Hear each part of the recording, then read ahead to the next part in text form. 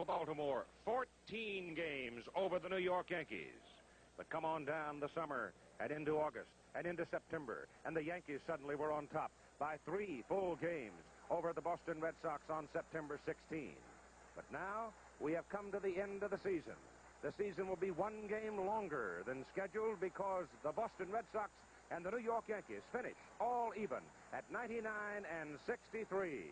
And today, live from Fenway Park in Boston, Massachusetts, the second playoff game ever in the American League matches the Yankees and the Red Sox from Fenway Park. This ABC Sports Exclusive is brought to you by Chevrolet and your Chevy dealers coast to coast. And by Light Beer, everything you always wanted in a beer and less. This has been, in many ways, an historic season for baseball. Total attendance more than 40 million, both the American and National Leagues going over 20 million. And that is the first time in baseball history that has ever happened.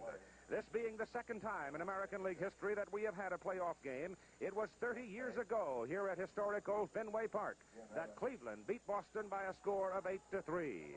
And we come to number 2.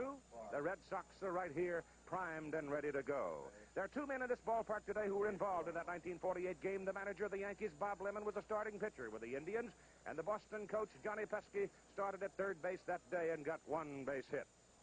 The place is full.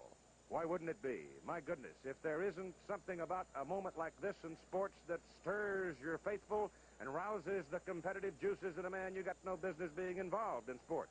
Because this is one of those games that perhaps could be counted even more important than a World Series, or even more important than a playoff game, because those are series. This one, 1. That's it.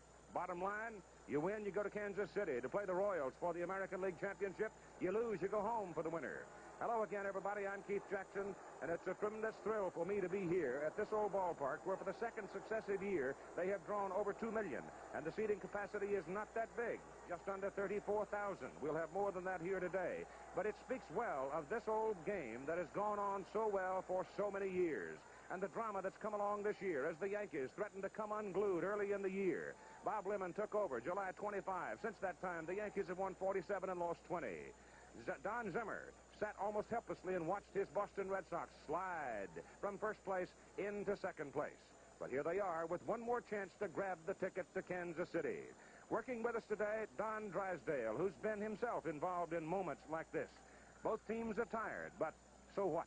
Well, that's right, Keith. So what? Because they realize, as you say, the winner goes to Kansas City, the loser goes home and spends maybe a comfortable winter, maybe a miserable winter. But when we look at the 2 starting pitchers this afternoon, you're looking at a couple of things that are just a little bit different. Number 1, Ron Guidry has only pitched with 3 days rest 2 times this year. He's always worked with 4 days rest and pitched on the 5th. Bob Lemon geared him for this. He knew that if this came to be, he wanted his ace to go against the Boston Red Sox. And when you talk about that game years ago in 1948, the Cleveland Indians and the Boston Red Sox, it's kind of fate would have it, because it was a left-hander at that time, Gene Bearden, who won the ball game for the Cleveland Indians, and at that time, of course, it was the Boston Red Sox who went home. But Mike Torres is going to try and counter that this afternoon. Last year, he was the kingpin in pinstripes for the New York Yankees. This year, wearing the uniform of the Boston Red Sox, coming over as a free agent, he'll try and turn the tide on his former teammates. I would consider Mr. Guidry the Excalibur of the Yankee arsenal. He has been the man that has stopped them so many times this year. Coming out of a loss by the team, Guidry would come back and win one. Torres over the last month has not been that sharp.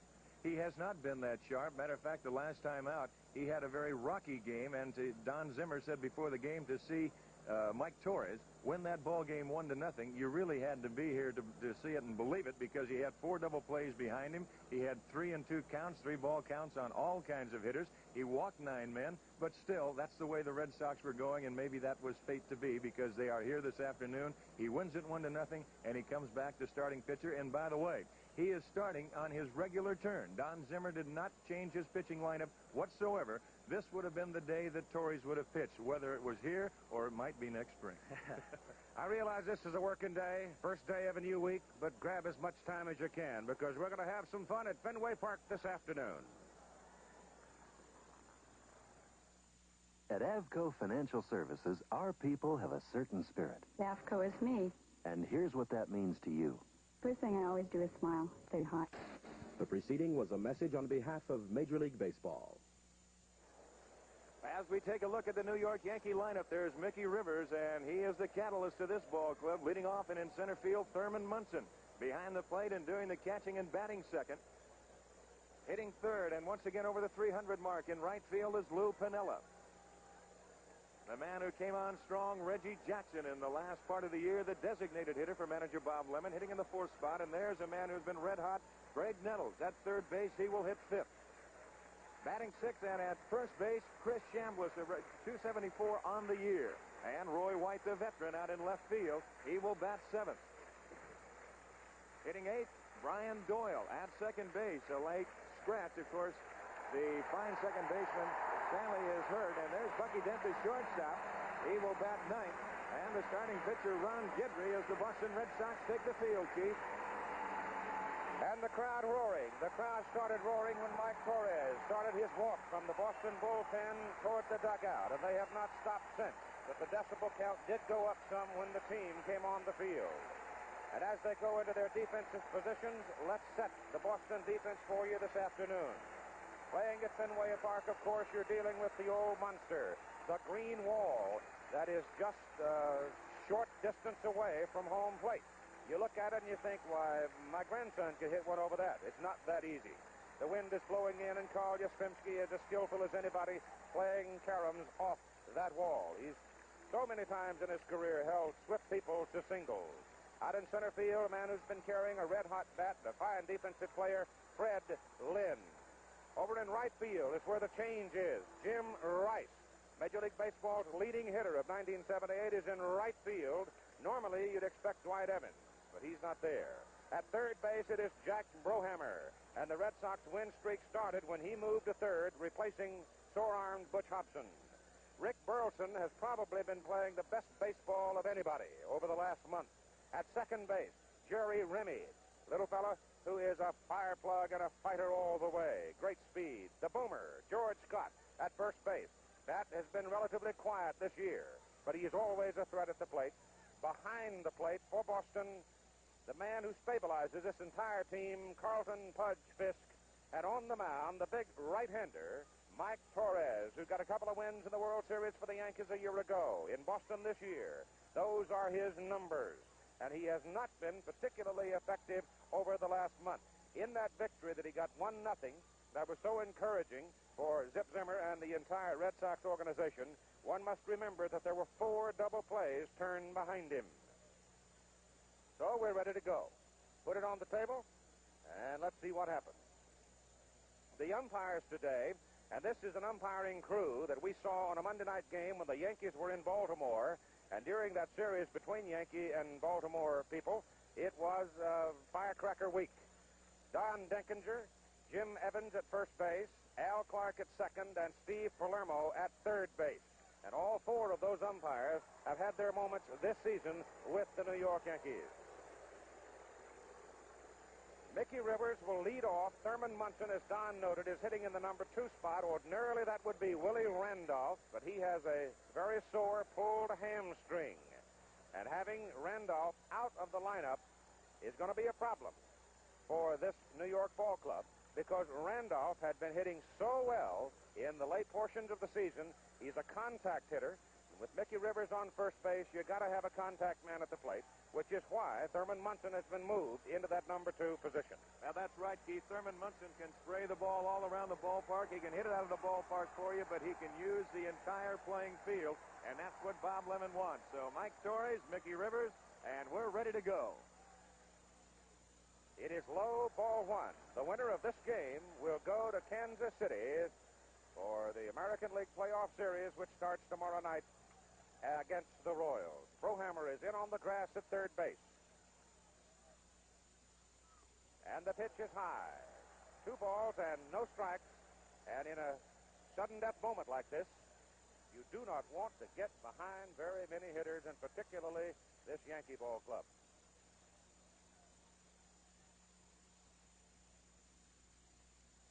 Ball 3. Now the the big thing that will happen right here at times, and not only to a veteran like Mike Torres, it'll happen to anybody. And if someone says they're not nervous, they are just flat telling a fib right there, because you've got to be nervous in a game like this. And the thing that you want to try and stay away from, it'll take a little while at times, but you try not to overthrow. And he walks Rivers, and he doesn't come close. So Mike Torres is yet to find the strike zone, and now he will face Thurman Munson with Lou Piniella moving to the on-deck circle.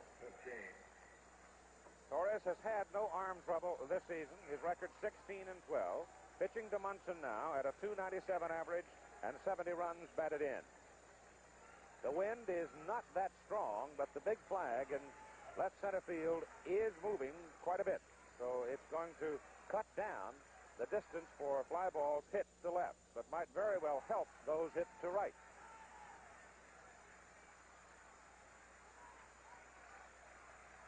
Rivers, 23 stolen bases, been caught 5 times. They play on real grass here at Fenway Park in Boston.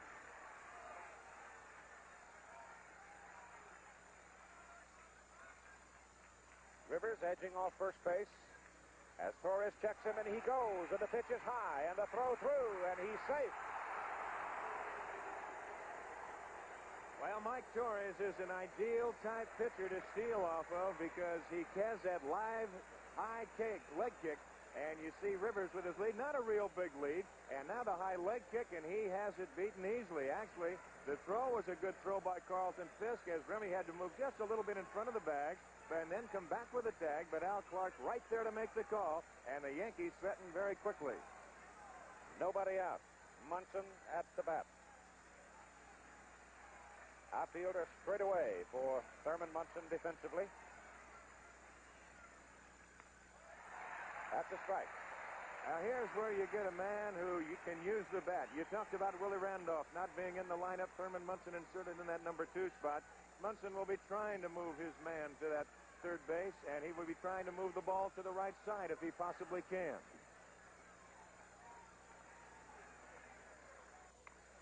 Torres goes outside. The thing about Torres, if he's going to be successful, he's got to try and keep the ball down. Mike throws fairly good, but he doesn't throw that hard that he can overpower you and keep riding that ball high. 1-3 against the Yankees this year. Munson swings late and misses, and that time Torres came inside with him. Munson trying to ride it off to the right side, and Mike just blew it by it. And that's exactly what Thurman was trying to do. There you look at the distances, and there's all kinds of angles here at Fenway Park in Boston. But Munson trying to drag his hands through and move the ball to the right side, and Torres at that time did get it in a good spot. I think he fooled Thurman. That pitch bounces at the plate. Rivers holds at second base, no advance. The count now 3 balls, 2 strikes. Nobody out, and Mickey Rivers, who walked the lead, stole second, and now sits out there. And Torres mops his brow. It is not a warm afternoon. It is most crisp and comfortable. I guess you would call it perfect pitching weather. It is. It's just like a fall day here in Boston. The temperatures, they said, were going to be in about, the middle 60s, maybe the high 60s, and that is perfect. Dick Hauser coaching at third, Gene Michael at first. They throw back to second, and Rivers easily back in there.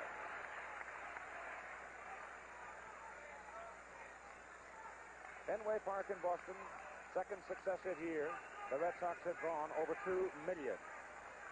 Not that big a ballpark. Stanley is up in the bullpen for the Red Sox. Munson strikes out. Thurman trying to go to right with it. Didn't make contact, and that's the first out of the ball game. And there's the case of a man, as we look at it again, having confidence in himself, even with a count 3-2. Munson is going to try and go to the opposite field and could not make the contact. You'll see a lot of hitters at that time when they get to count 3-2. They say, well, I've got to go for myself. I've got to hit the ball somewhere and keep it in play. Munson going against that theory and still trying to go to the opposite field. Could not do it. Lou Piniella, .314 hitter, playing right field today. With 1 out, Mickey Rivers still at second base.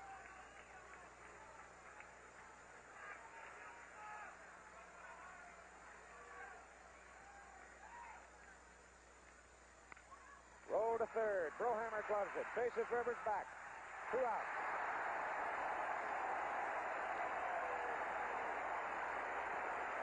there's a play right there where Brohammer had the advantage. The ball hit to the hole, and Piniella does not run that good. Now watch how long Brohammer, as he makes the play, the ball comes up on him, which is a break there. And now he's able to hold on and still check Rivers back to the bag. He was able to take a few more steps toward second base. There was nobody covering third, and Rivers, you knew, wanted to go if he could. Reggie Jackson, the designated hitter, hitting in the number 4 position. Month of September, 7 home runs, 25 runs batted in.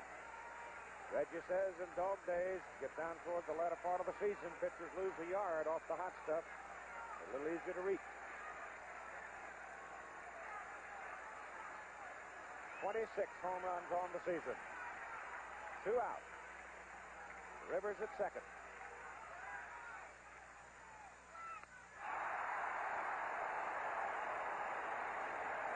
This crowd so responsive at Fenway Park. You sit right down among them. They sit right next to the playing area.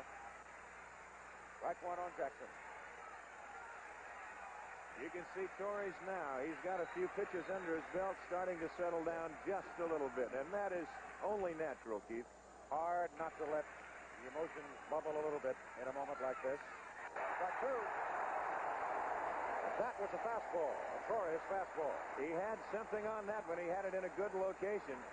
And it's got to be an advantage for the Boston Red Sox playing here at Fenway. Even though you've got that green monster in left field, the Yankees can sting you with a long ball as well as the Red Sox. But these fans, they make it a little bit on the Red Sox side. Reggie has struck out 38 times in his last 26 games. The Torres trying to get him right here. The ball is hit high in the air to left field. Carl Yastrzemski going back to the wall. Makes the catch.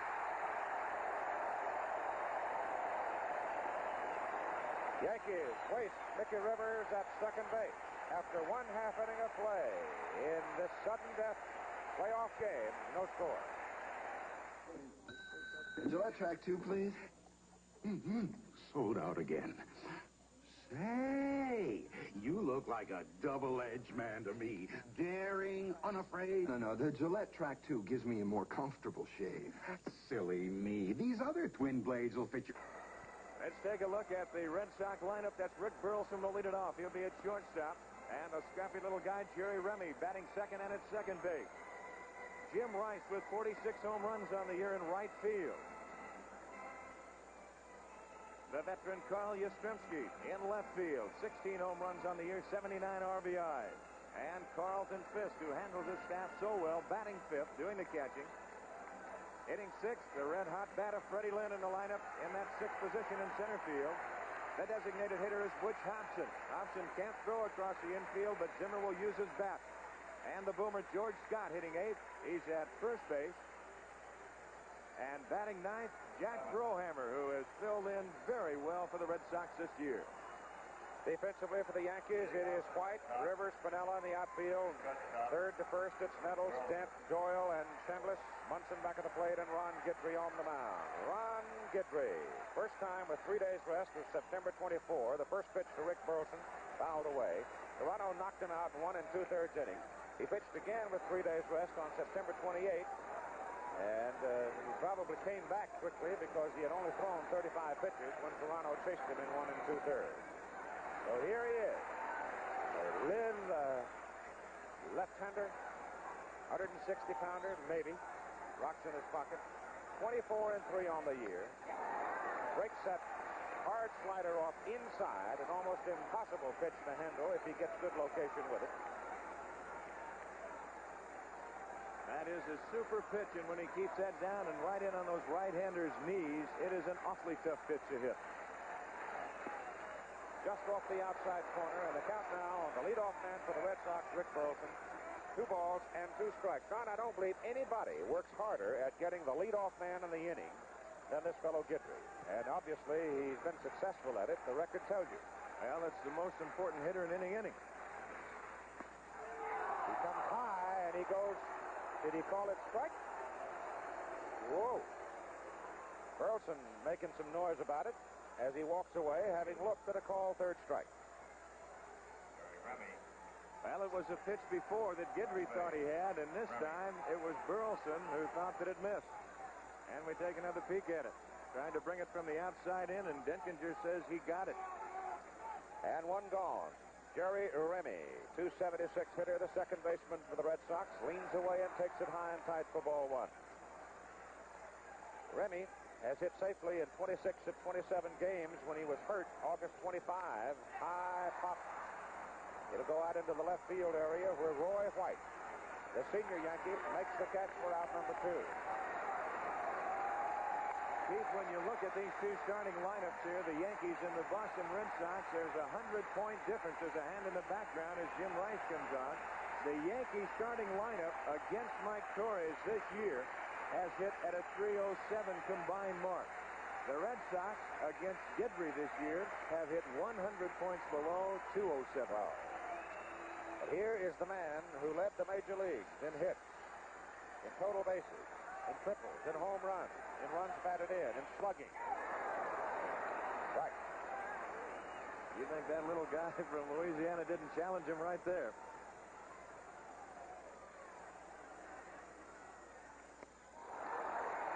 Back 2. You can't ask for two better pitches than the last two fastballs thrown by Mr. Guidry.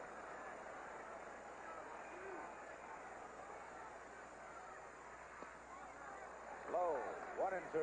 2 out and nobody on. No score, first inning. Yankees and Red Sox. The winner goes into the American League playoffs against Kansas City tomorrow night in Kansas City.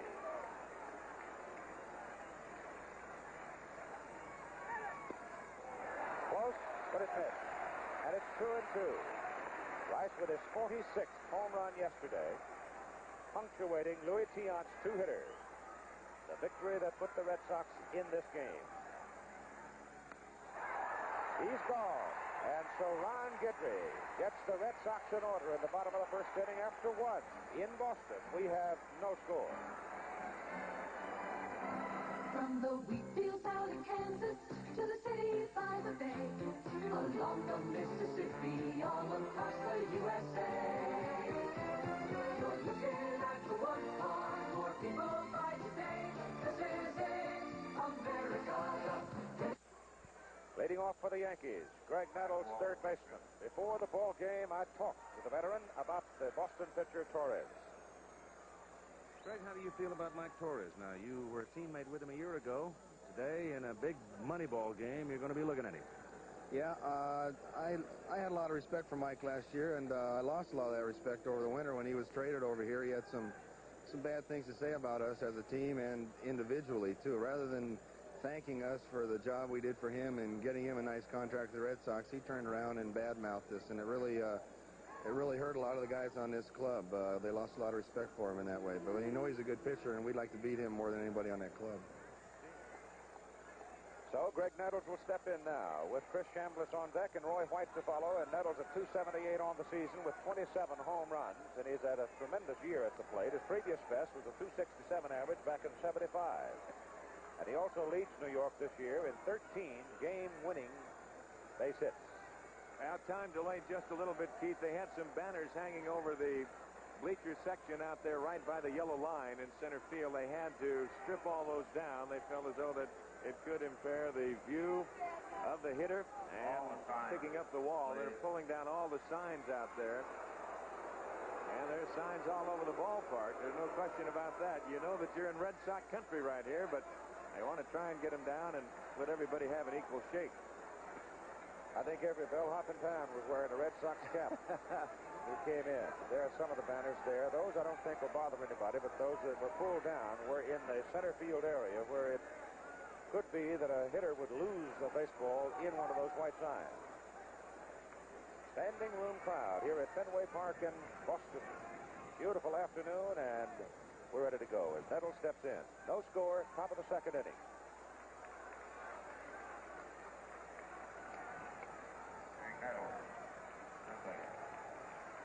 In September, Nettles can hit anybody. Takes that pitch high and tight for ball 1.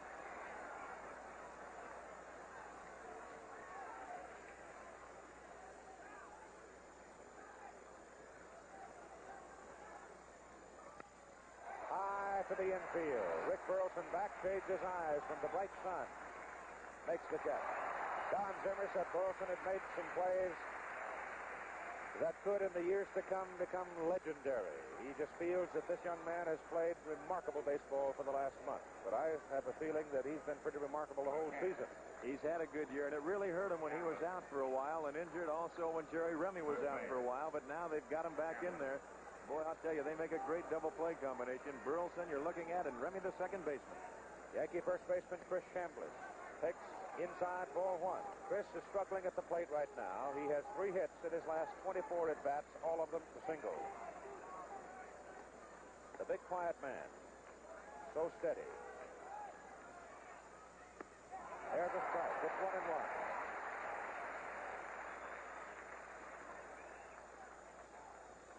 With 1 out and Roy White on deck.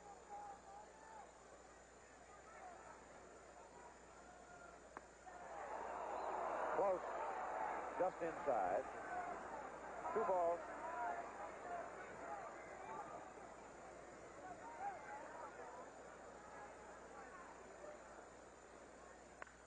Shot to Boomer.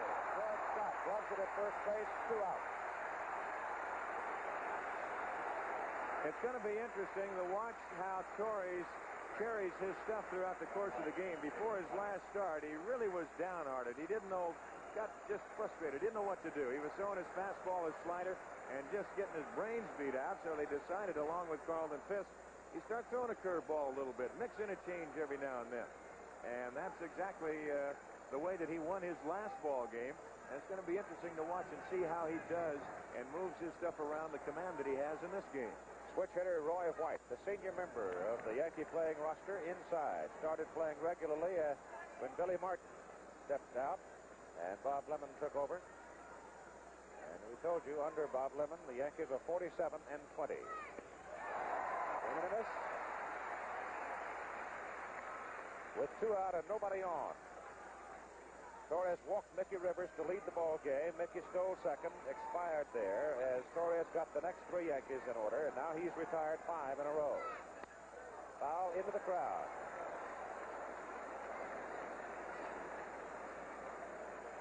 Well, the one thing that you do know this afternoon, that Bob Lemon and Don Zimmer, they will go to their starters and staff, because as both of them have commented, there is no tomorrow.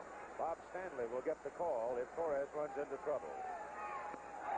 He struck him out, and that is the second strikeout of the ball game for Mike Torres. The Yankees are gone in order after 1.5 innings of play in Boston. No score. Cross your heart, bro. You all the time. Actually, we agree on just about everything, right, Bill? Oh, you betcha, George. We even drink the same beer. Light beer from Miller.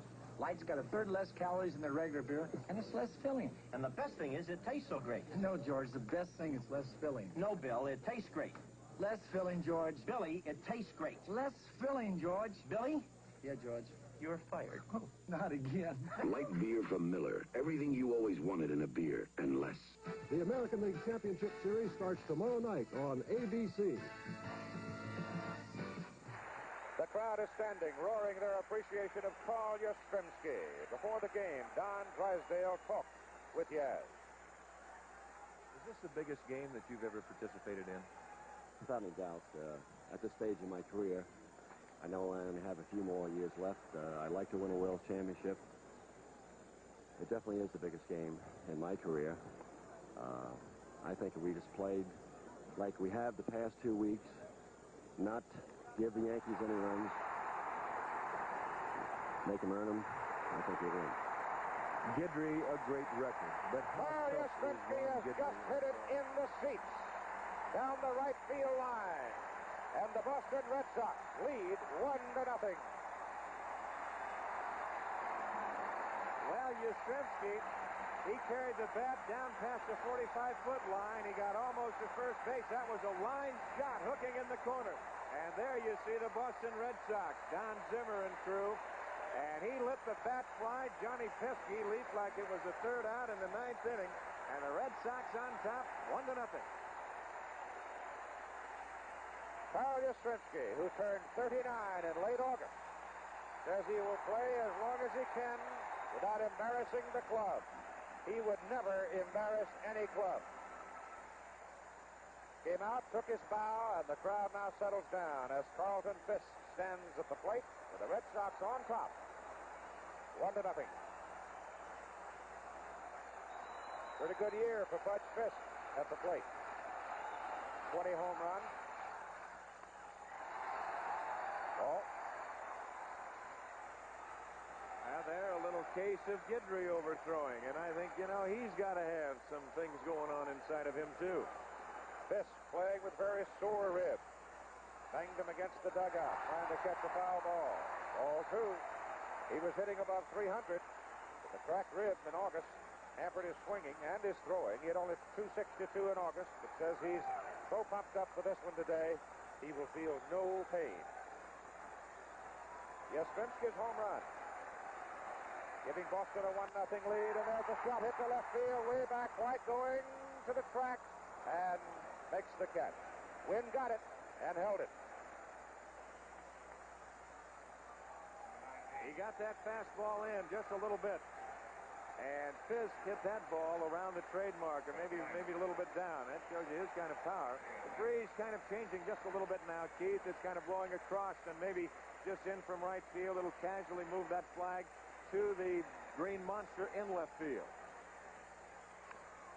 Fred Lynn hits it high and deep to center. Rivers goes way back and hauls it down. The speed of Mickey Rivers, so valuable in center field. He turned on the ball, raced back to the track, then he flipped down his glasses and had a look, and there it was. 2 out.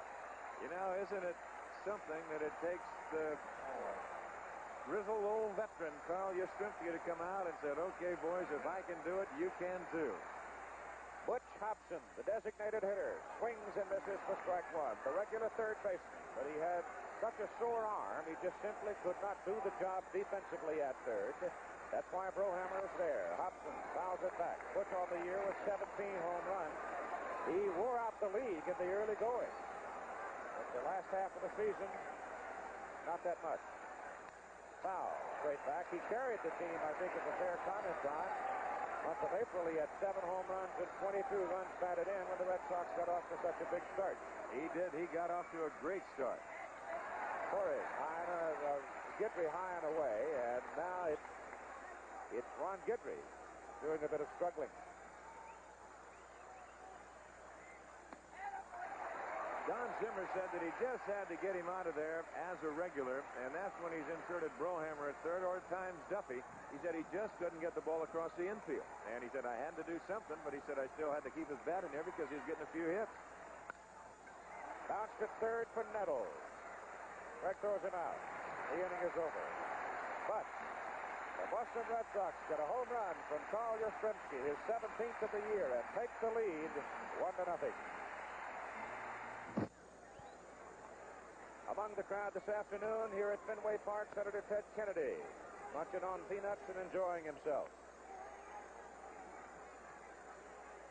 For the New York Yankees, it'll be Brian Doyle, the second baseman, Bucky Dent, the shortstop, the top of the order, Mickey Rivers. Doyle playing in place of Willie Randolph, out with a very sore, pulled left hamstring.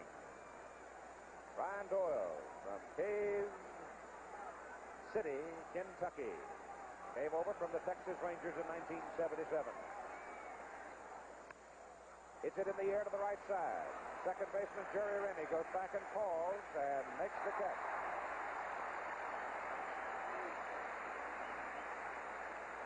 Tonight on ABC's NFL Monday Night Football live at 9 Eastern Time, the Dallas Cowboys and the Washington Redskins. The Cowboys beaten only by the Los Angeles Rams. The Washington Redskins are undefeated, and right now Joe Theismann is the leading passer in the National Football Conference. It's a big one as the Cowboys and the Redskins get together tonight at 9 over most of these ABC stations. Bucky Dent up for the first time in the ball game, the Yankee shortstop. In what is now called the Boston Massacre from the 1978 baseball season, Bucky Dent wore out the Red Sox pitchers. There's a strike. He had 7 hits and 15 at-bats with 7 runs batted in. And that was a series that Don Zimmer characterized as just simply blowing us away as the Yankees beat them 15-3, 13-2, 7-0, and 7-4. 2 balls and a strike. One thing I think we should point out, somebody might be interested, a home run by Carl Yastrzemski, that will count on this year's averages in 1978. Punched out into short right center field. Jim Rice coming in a hurry, and Jim Rice makes the catch. Yes, he is a good defensive outfielder. Now Rice with an excellent jump, and this ball now, as the breeze is blowing out to left, it has turned around, trying to slice back into the breeze, and a ball actually being held up a little bit, and Rice has good speed for a big man, and he comes on and makes the play easily. It appeared that he was the only one that could have made the play. There you look at it from another angle, and Rice right there. 2 out for the top of the order for the Yankees. Mickey Rivers walked and stole second. There he stopped. Swing and a miss for Mickey. Strike one. Rohammer again comes in on the grass at third base. Lets Mickey decide to put it down. High and tight. 2 out. The Red Sox are leading by a score of 1-0 on Carl Yastrzemski's home run. The lead off the bottom of the second inning. That is pulled sharply down the right field line. It's fair ball. Mickey Rivers around first, heading for second. Jim Rice comes in. He has it. Rivers pulls up, stand-up double.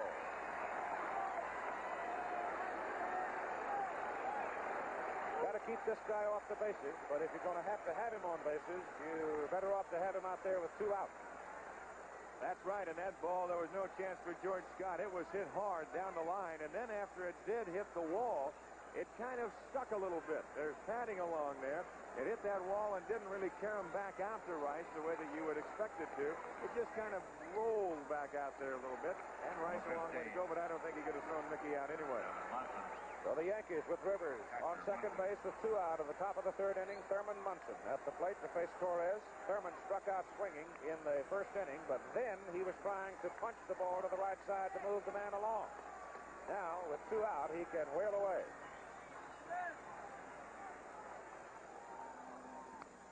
Foul, out of play.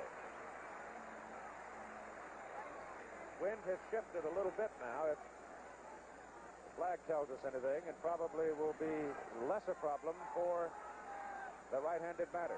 Swung around. Well, it's turned 180 degrees, Keith, from the first time that we stepped foot in this ballpark this morning. Rivers off second. Pitch bounces well in front of the plate. Bud Fisk blocks it. That's a super play by Fisk. And keeping that ball right there, and Rivers has to stay at second base.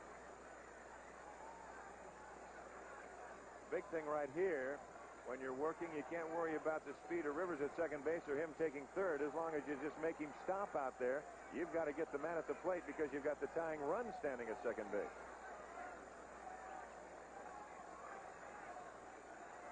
Munson back in. Pinella's on deck. Top of the third. 1-0 Boston. Hit down the right side. Foul in the crowd. It's a souvenir. Both the sore hand and the ball.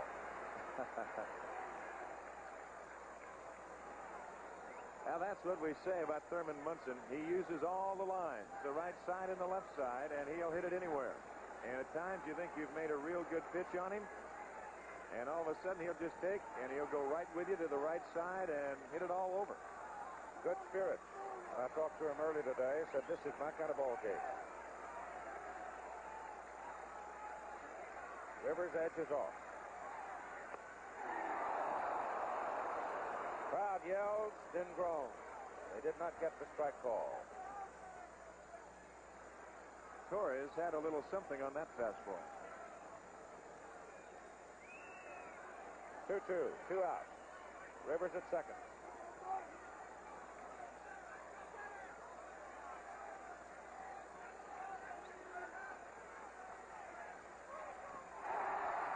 Swings, foul tip. Throw to first, inning is over. Guess he didn't foul tip it. Thought for a moment that he had. Throws him out after 2.5, 1-0 Boston.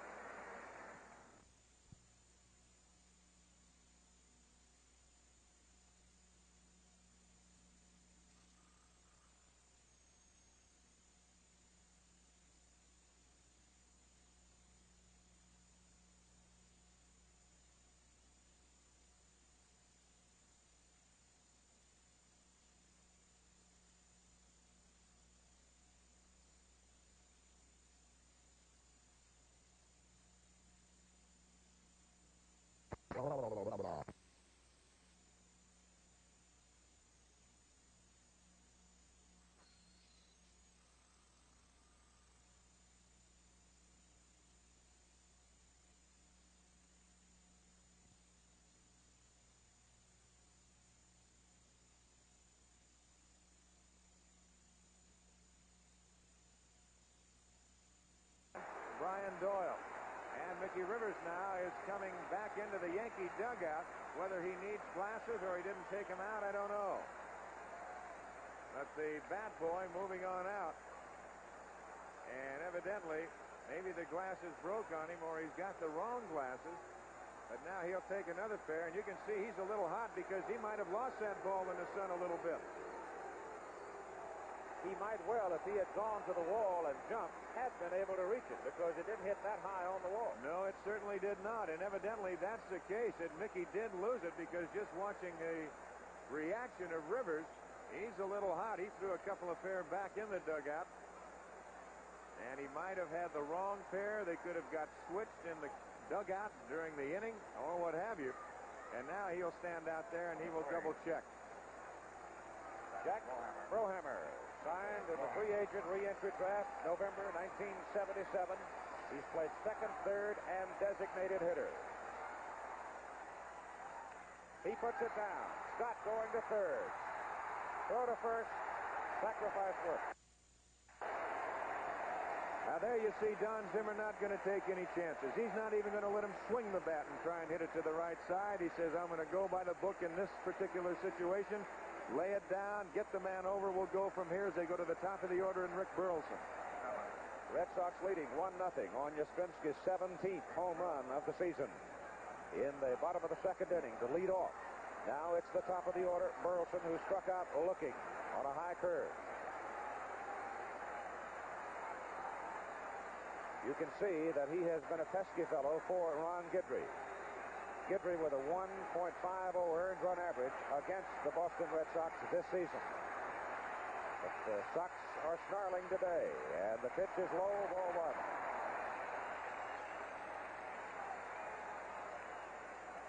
Infield is up as Burleson stands in. Homered yesterday, a two-run shot.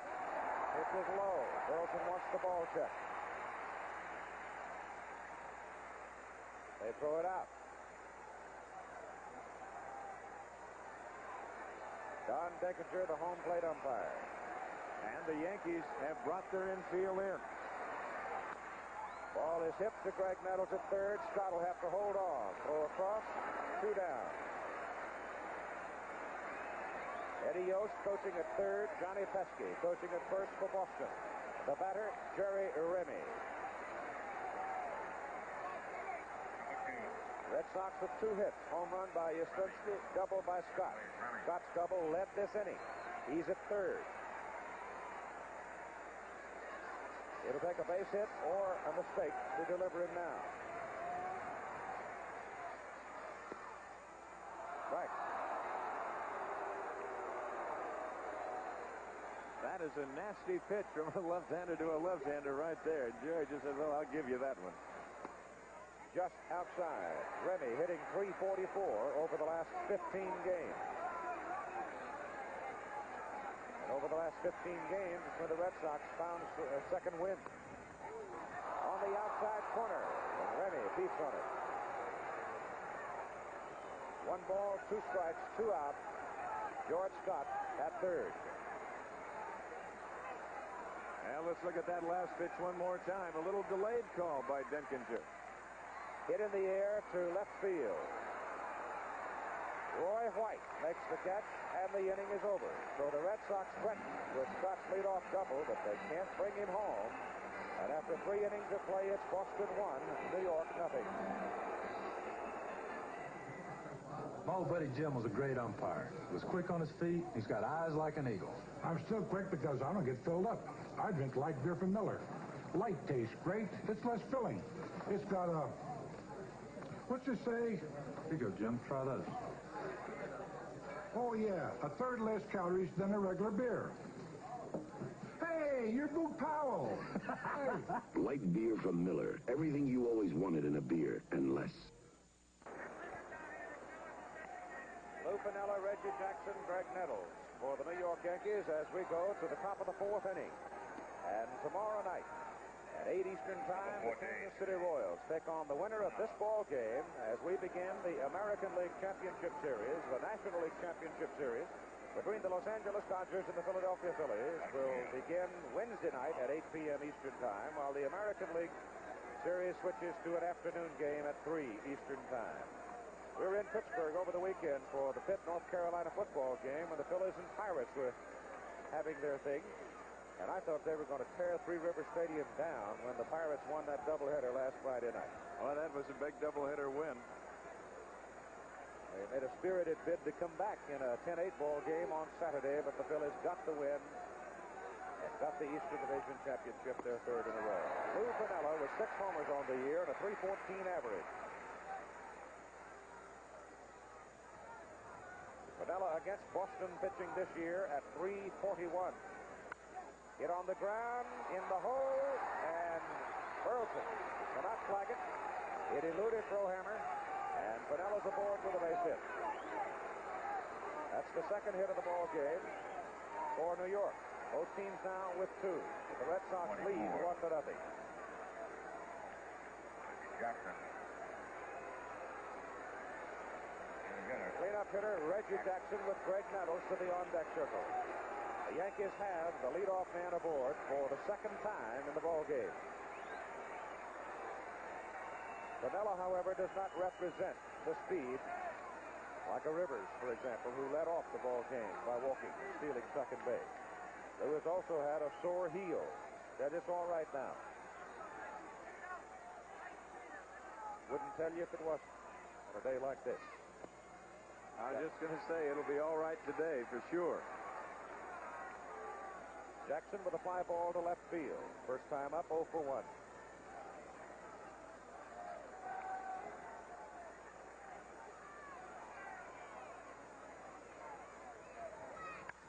Hard shot to right. Rice has a beat on it, slams it down.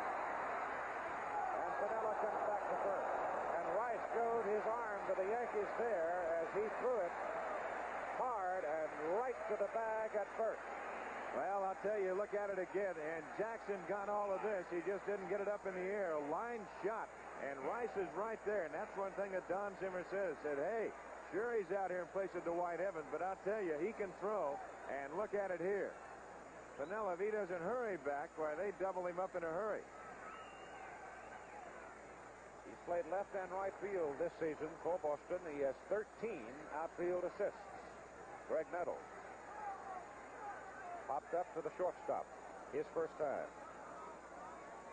Piniella, short lead off first, and it's high and away, ball 1.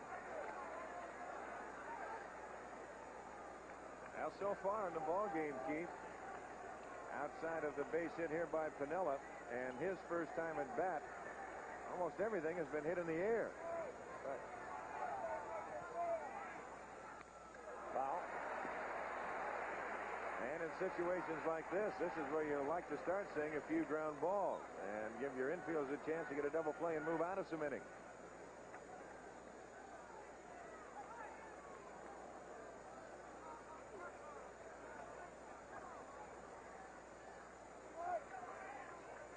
One and one count on Greg Nettles with 1 out and Piniella at first base.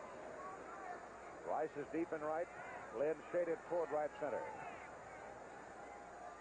Infield back on the right side as he punches it foul in the crowd. Cued it. A lot of room down the left field line. If he could dump it in the corner, he could run all day. He got that in a good location on Nettles. When he keeps his fastball down, it'll have a tendency to tail away from a left-hand hitter and into a right-hand hitter. And, of course, Nettles, he is a good pull hitter. And you keep that ball down and away, it's going to make it a little bit tough on him. You're going to get reaction just like that last ball. Shoot it off to the left side.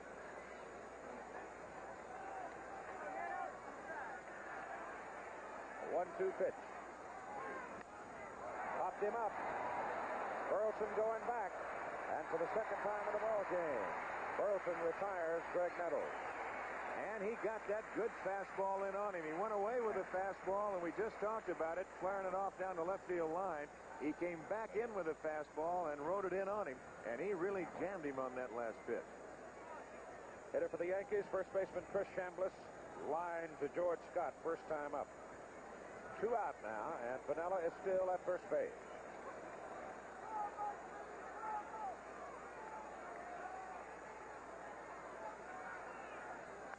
Fouls it here. You bring your glove with you today? Almost had a souvenir there.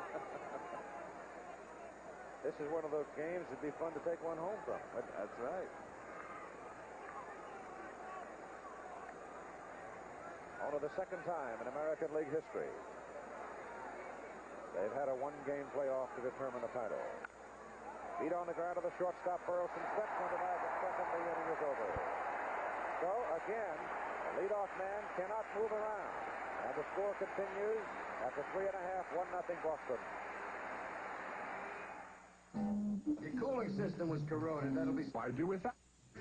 Jim Rice, Carl Yastrzemski, Carlton Fisk scheduled to come to the plate for the Boston Red Sox in the bottom of the 4th inning. This telecast presented by authority of Major League Baseball, intended solely for the private, non-commercial use of our audience. Any publication, reproduction, retransmission, or other use of the pictures, descriptions, and accounts of this game without the express written consent of Major League Baseball is prohibited. The American League home run leadership reflected there. Rice with 46. He has not damaged Ron Guidry this season, however, going 0 for 8 against him. First time up, struck out swinging back in the 1st inning. Fouls that one up on the roof, out of play. And he pitched him double tough that first time up. He threw 2 fastballs right by him. You can see that Guidry has been a bit of a pain for James. And here's a man who's like George Scott, although he'll pull the ball a little bit more, but he's got power all over. That is foul down the right side. It'll drop into the crowd. You can see by that glass building how bright the sun is today as it reflects it back at us. Fenway Park, located right downtown. You're right in the hub. High foul. Out of play. There's people here watching this ball game where I've never seen them before, especially down on the left field side up on top of the roof down there. They've got quite a... There's the building that Keith was talking about. There's downtown Boston. The sun shining brightly off that building.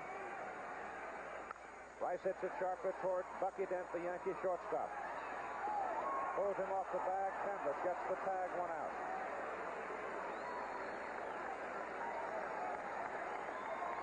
Rice with good speed, and Bucky knew he had to hurry a little bit. The pitch was high, and Chambliss came over to make the tag.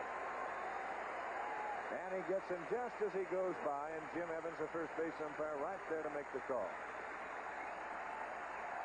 Carl Yastrzemski at the plate. The crowd is standing. He hit the home run back in the 2nd inning to give the Red Sox the 1-0 lead. Into July, bad back for Yaz. Pitch is inside. He was out 5 games in the middle of August with a sprained right wrist, causing him trouble. And that wrist is still sore. Pitch is outside.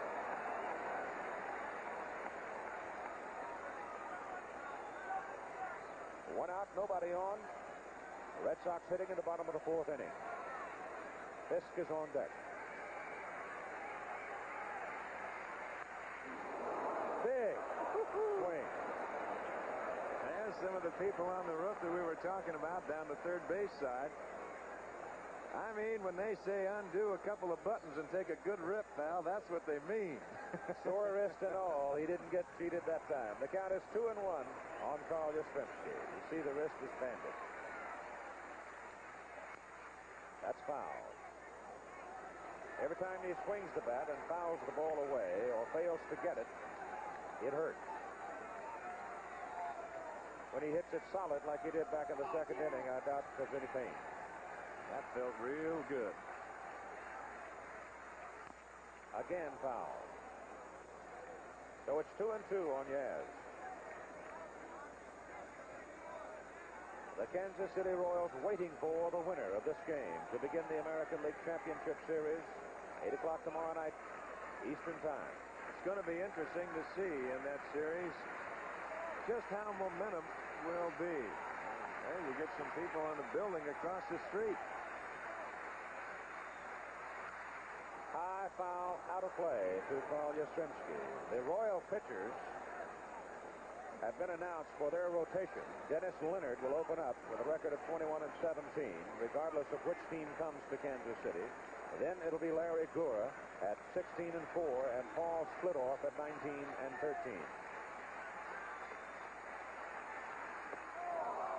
And Yaz is gone. So Guidry gets his third strikeout of the ball game for the second out, and Carlton Fisk coming up.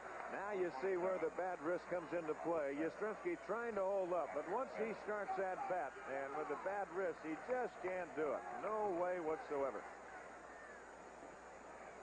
Fisk at the plate has come away with a sore elbow while he was trying to favor the sore ribs.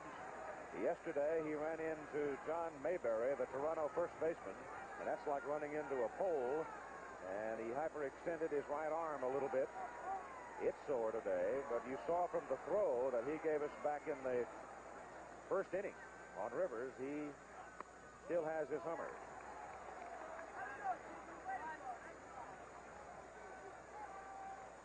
With 2 out now, and the base is empty, and the Red Sox leading 1-0.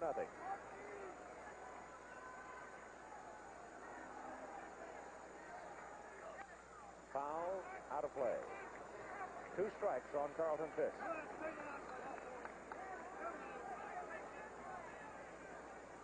Fisk did not get off to the best start that you would expect him to. I remember talking to him out in California. He said, I hope it comes around. He said, but if it doesn't, he said, I've got to try and do it with my glove and maybe with a little bit of my head and putting down the right signs. And it did come around because he ended up hitting 283.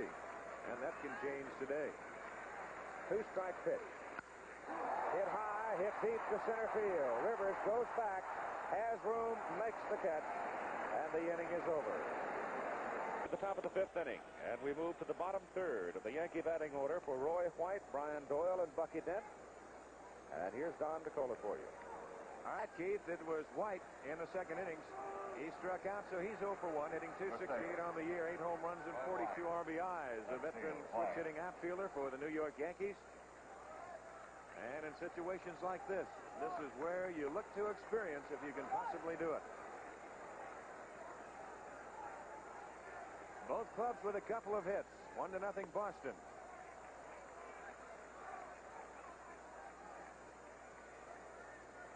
Brohammer, the third baseman, will play right up at the edge of the grass at third. White will drop one down every now and then.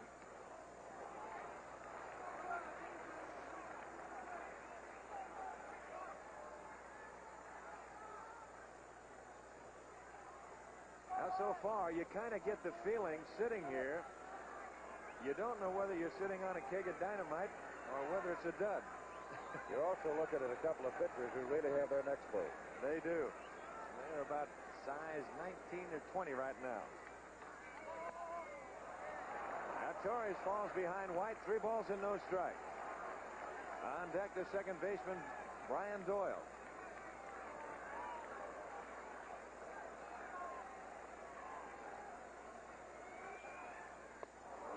And that is ball 4. So on 4 straight pitches, White draws the base on balls. That is the second walk issued by Mike Torres, who now has thrown 50 pitches in the ball game. 25. It's also the 3rd time of the ball game the Yankees have had the leadoff man aboard in an inning. Doyle. Now here's Brian Doyle, and we'll see how Bob Lemon wants to play it. Brohammer, the third baseman, he might be looking sacrifice. He's up on the grass at third.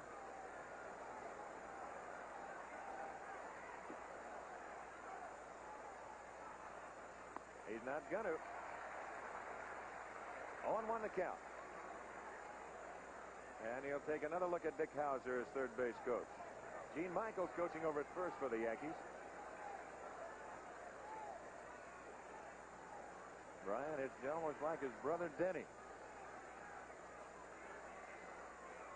Runner goes, and there's the fine play by Remy as the Red Sox take a little threat away right there. Remy moving quickly to his left to take that base hit away from Doyle. It was Burleson who was covering as Bob Lemon went to the hit and run, and Doyle pulling the ball. Now they move the man to second base. White at second. And here's Bucky Dent.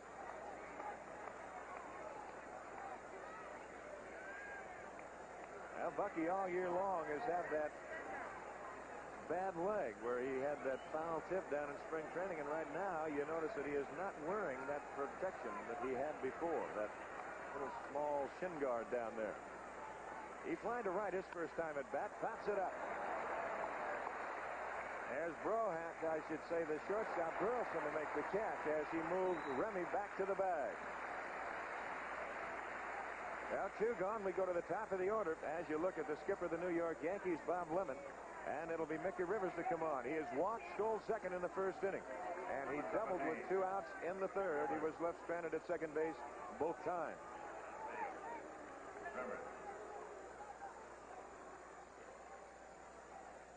Now the tying run at second base for New York in the name of Roy White. And here's a man who they said for the last few years, he makes the Yankees go. When he goes, the Yankees go.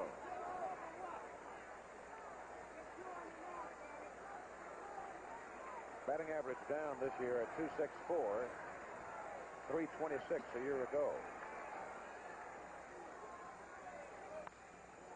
They got to hurry. Now they go to third and they get White. They could not have got Rivers. A heads-up play by Burleson. And White trying to get out of the way of the baseball. And that cost him being out or safe at third. As you look at it one more time. That is a thinking play by Burleson because the ball almost hit White as Roy came down slowly, trying to obscure the vision of the shortstop. Rick looked at Rivers, knew he couldn't get him, went to the third baseman, Brohammer. They get the tag on White, and the inning is over. And once again, the Yankees are turned away as the Red Sox lead it 1-0. How does your foot spray stack up against odor eaters? Well, it would take up to 4. The ultimate decision of baseball games made up of a lot of little things, perhaps, Don. That may have been a very big play we just watched. Well, it was a fine play as far as Rick Burleson is concerned. Now, whether White tried to make that ball go just behind him, and that's exactly what he did. Because if he would have been going all the way, they would have not had the play at third base, and they get him with ease.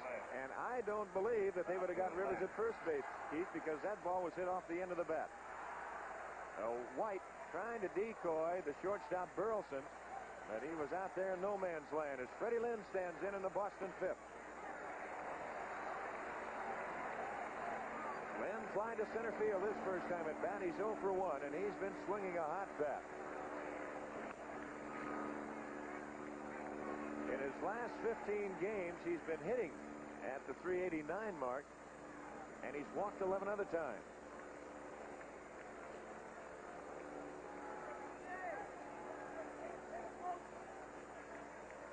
Lynn starting today at 298 with 22 home runs and 81 RBI. Check swing and a good play by Guidry. One gone. Guidry bounces around that mound. They say that he is one of the fastest men on that Yankee ball club. Very good athlete. Well, Don Zimmer said, Cleveland doesn't win, we don't win. That I'd have spent the night in Richmond, Virginia on my way back to Florida. Here's Butch Hobson. He bounced to third his first time at bat. Talked about the speed of Guidry, Keith, and I guess outside of Mickey Rivers, why he is the fastest. I'll tell you, if he has 4.3 speed for the 40, he'd make a heck of a wide receiver for somebody. There'd be a lot of people looking for him. 1 ball and 1 strike to Hobson.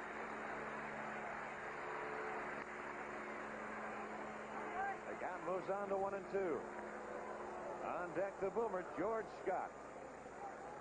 It is 1-0 Boston. We're in the last half of the 5th inning. On Carl Yastrzemski's home run. That was in the second. That got some piece of Thurman Munson. Herman a Bulldog, though. He'll shake it off.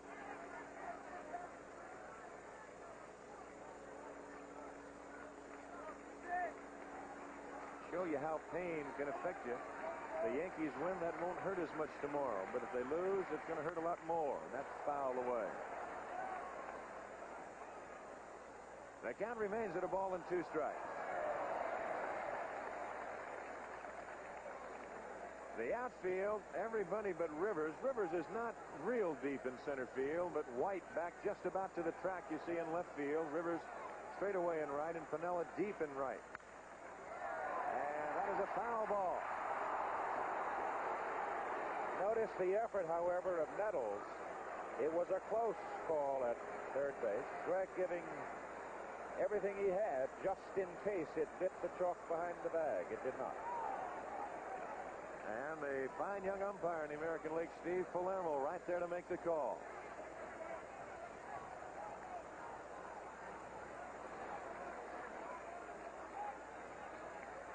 Now the count remains at a ball and 2 strikes to Butch Hobson.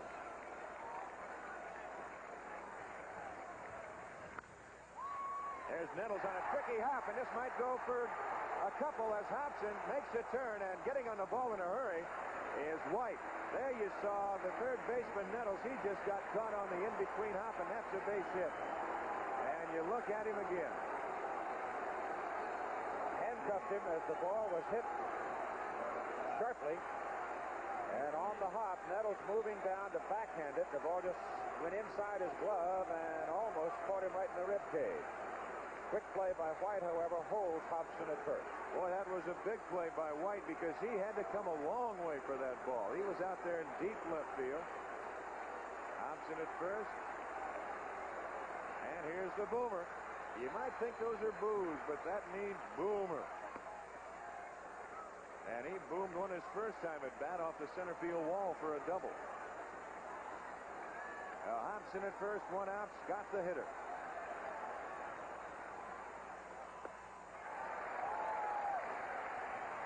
George, knowing the velocity of Guidry in batting practice, moving up about 4 feet in front of home plate and having Freddie Kendall just hum it at him. That staggers Denkinger. Now I'm trying to get the muscles back in place. Yeah, he goes and does his housework, but what he's really doing is trying to get both eyes straightened out. That's right. 1 ball and 2 strikes, 1 out, 1 on, and it's 1-0 Boston last half of the 5th inning.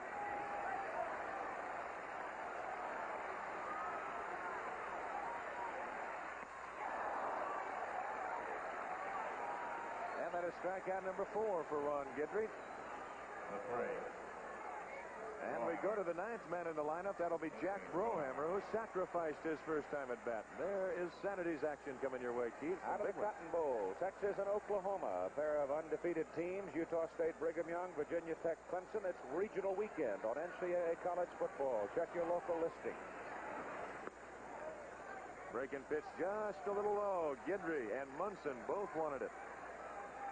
Brohammer came on when Hobson was hurt and could not play in the early going. Boy, he filled in just super for the Boston Red Sox, and hitting well over the 300 mark. A ball and a strike. During the summer, you saw him quite a bit. Does he have good power to his off-field? Not as deep as what White is playing him out there, but the wind has changed a little bit as the count moves to 2 balls and a strike, and it'll carry just a little bit now to the left field side.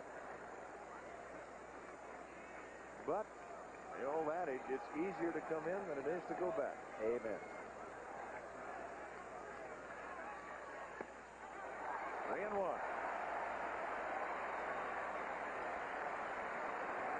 One of the great assets, though, in pressure ball games, patience. Brohammer is laying off.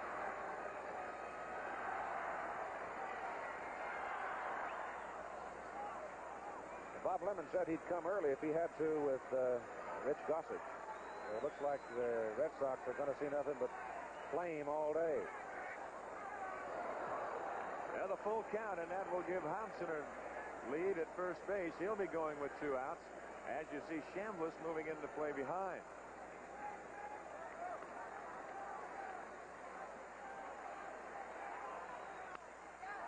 To left field, White in the alley. And that is out number 3. The Boston Red Sox are gone in the 5th inning.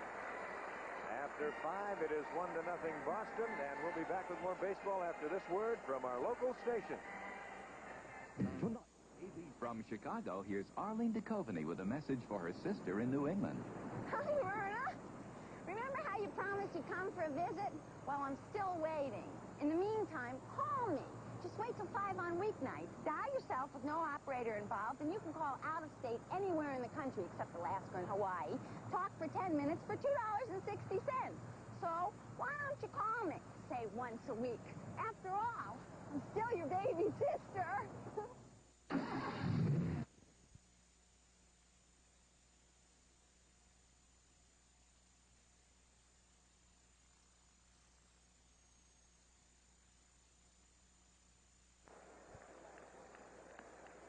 That is the story from Fenway Park in Boston. The Red Sox on Carl Yastrzemski's home run in the 2nd inning. They lead the New York Yankees 1-0. And just sitting in between innings and gazing out at the bullpens, if you think that the 2 managers aren't going with starting pitcher Guidry and Torres and staff, why, you're badly mistaken, because those bullpens are full. Thurman Munson will lead it off. He'll be followed by Piniella and then Reggie Jackson in that order. There's the Yankee bullpen. They got a whole bunch down there. And moving over to the Red Sox side, they're full. There's no tomorrow.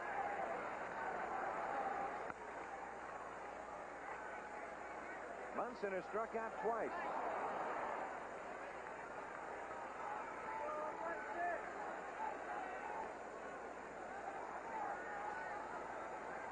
Through 5 innings, Torres had 54 pitches. Guidry 66. Ronnie has thrown more pitches to the plate. 12 more. You see Torres keeping that ball down and away on Munson, going with a fastball away and the slider away, and he's been hitting some hellacious spots. Look at this again. Sinker ball pitcher sometimes is more effective when he's a little weary, and Torres is working in his regular turn, and in the games that he has worked recently, he has thrown a lot of pitches. So far, he's turned that around this afternoon. Will be out of play. Back up into the seats, and another souvenir. They are literally hanging out of the rafters here at Fenway Park, on the roof, everywhere. Buildings across the street.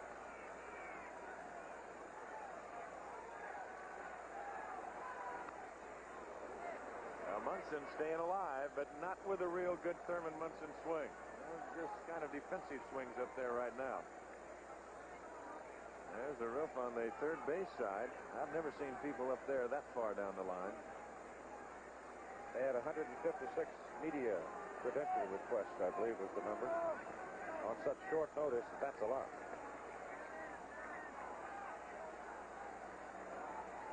Of course, New York's not that far away. Did he go around? And they appeal. Yes, they do. They call him out. Don Denkinger was not going to call him out. And it was the first base umpire, Jim Evans, who did, as you look at it again. So you put yourself in Jim Evans' shoes. I thought it was a swing. Let's see how far that corner of that bat comes around. Yes, indeed. Wrists were well through. Now, that is the 3rd time that Munson has struck out this afternoon. Number 4 for Torres. And that brings on Lou Piniella. Lou has bounced to 3rd. And he singled to the hole just off of the glove of the 3rd baseman, Brohammer. Big Mike Torres last year, the pride of the Yankees, as he pitched a couple of big victories in the World Series. Hit well right center field, but Lynn with a good jump. And he knows the pasture and runs it down.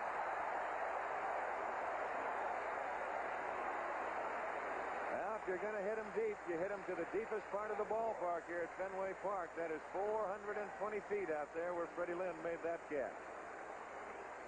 There's two gone. You can see Torres as he looks in at Carlton Fisk with his hands. Hey, was that up a little bit? Might also point out in Mike's travels from the World Championship team in New York to the Red Sox, when he came here, it was for a considerable sum of long green.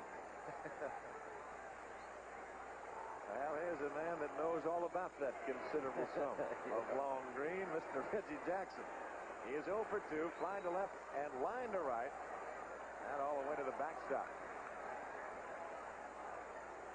Last time up, he lined hard to the right fielder, Jim Rice. The Rice now, they played Jackson as a dead pull hitter.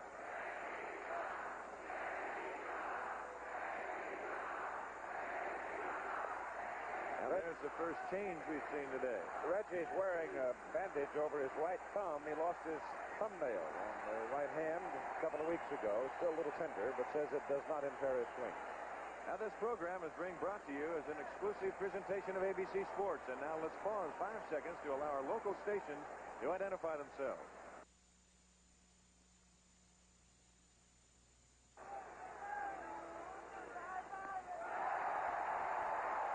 Staggering with that swing. Don Zimmer. He took a sigh of relief, didn't he? Popeye said, I haven't slept in a week. Said we needed help. What can I say? We can't do it ourselves. We needed help. And he got it yesterday from the Cleveland Indians. But today they could do it themselves. Today they can.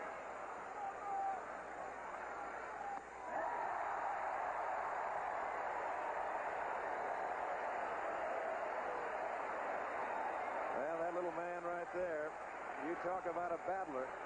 He could battle.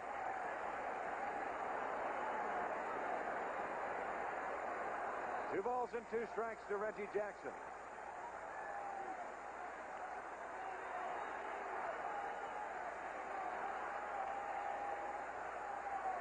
Crowd coming to life a little bit more as they get the chant. Torres, you see, with a deep sigh.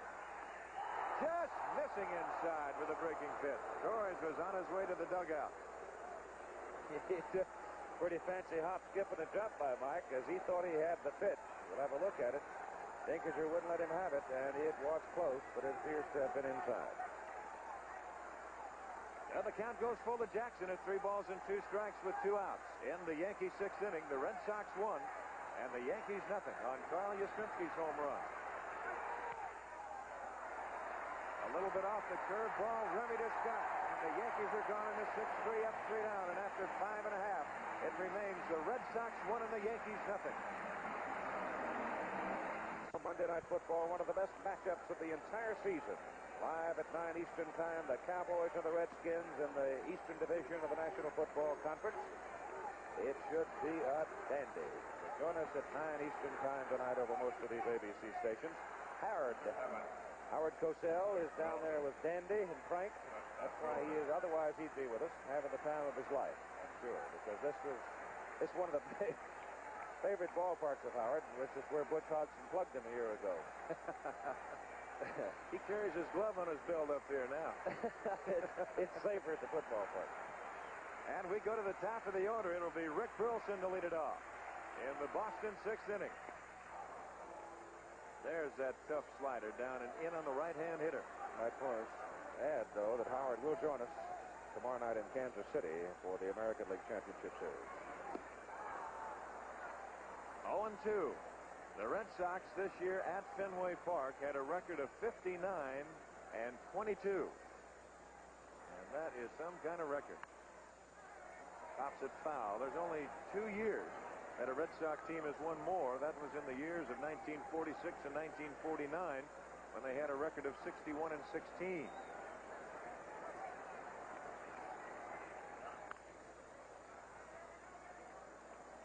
To Burleson. He struck out, and he's bounced to third. See what Palermo does with that ball. He's going to give it away. Oh, come on, Steve.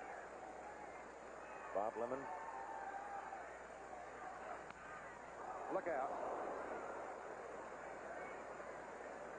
Boy, those are the kind of check swing line drives into the seats that you really have to keep an eye on. I see Burleson looking over there.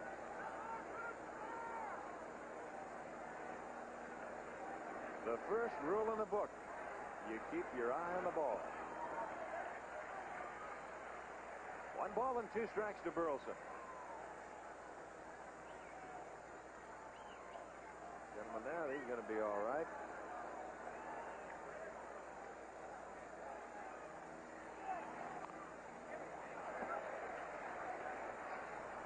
One ball and 2 strikes to count.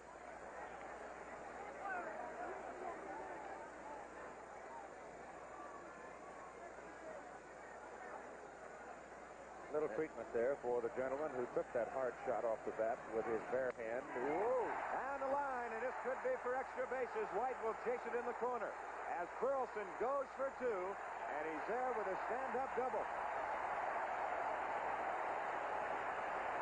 And you're now getting into your innings where they become really critical.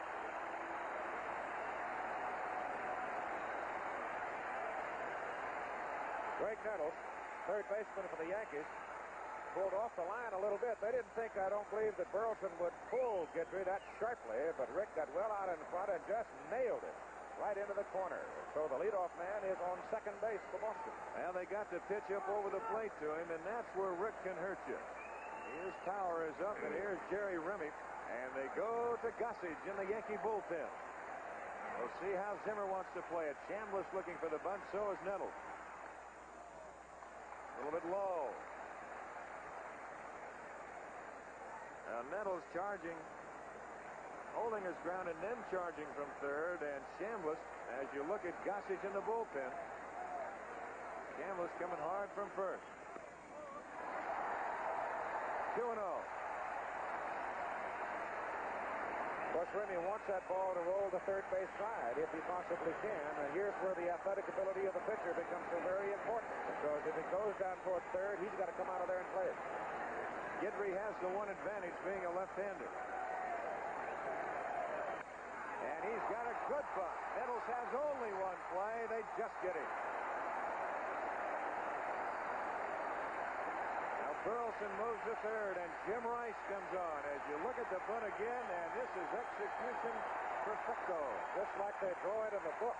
Could not be better. Guidry had no chance. He came off the mound very quickly, as you see, but he had no chance to get to it and make a play. And so it's a perfect sacrifice bunt by Jerry Remy. And he got it hard enough to where he got it by the pitcher and made the third baseman field it. And now the Yankee infield comes in as Jim Rice stands in. He's 0 for 2. He has struck out. He's bounced to short. Oh, there's where you don't like to have your infield in with a man of this stature hitting. No, you might have one with a hole in it. Well, you keep the married men off the infield right here. Oh, it is.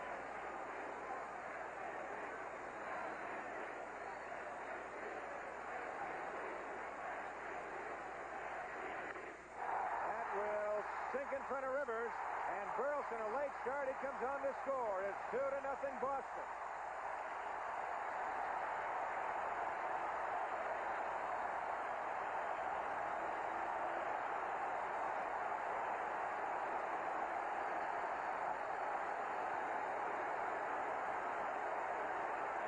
Think they're not wild at Fenway.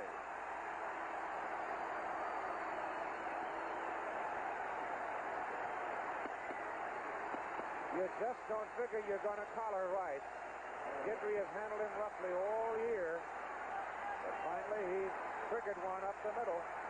Brought home a big, big run. And now Goose Gossage in the bullpen for New York. And Guidry will not be left out there much longer if the Red Sox continue to reach it. Here's Carl Yastrzemski. He got the Red Sox on the board with his 17th home run of the year in the second inning. He struck out in the fourth.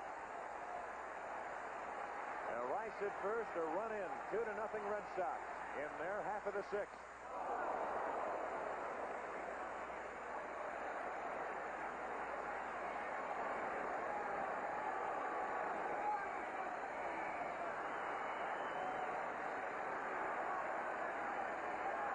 You got a feeling right here that this is kind of the teetering point for Guidry, depending on what he does to Yaz. 2-1. Gossage is well rested. He should be ready by now. Eddie Yost, third baseman, going through the signs for Yaz. And you've got the right-handed hitting catcher, Carlton Fisk, on deck. And the Goose is ready. Ball 3-1.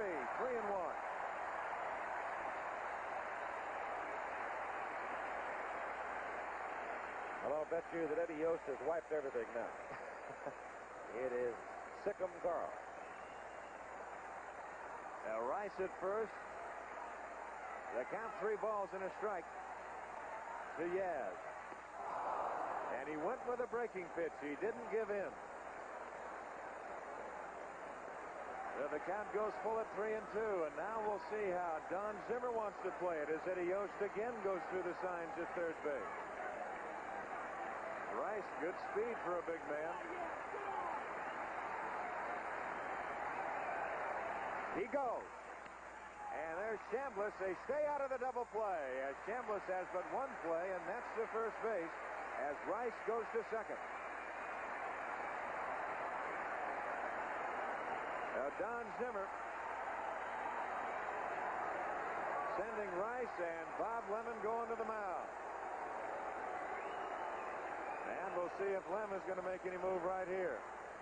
You've got Fisk, the right-hand hitting catcher, followed by the left-hand hitting center fielder and Freddie Lynn. Number 1. He will find out how he feels.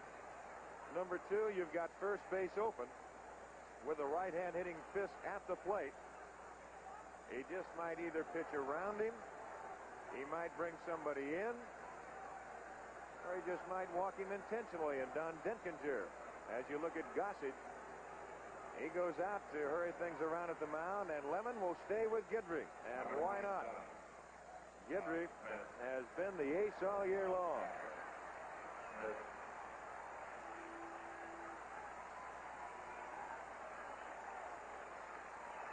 Now Fisk this afternoon has flied to left. He's flied deep to Rivers in center. That is Jim Rice at second base. A run in for the Red Sox here in the 6th. They lead it 2-0. And they will walk Fisk intentionally. So they had the first base open, and they just won't even fool around with it. They'll go to the left-hander, Freddie Lynn, kneeling down in the on-deck circle.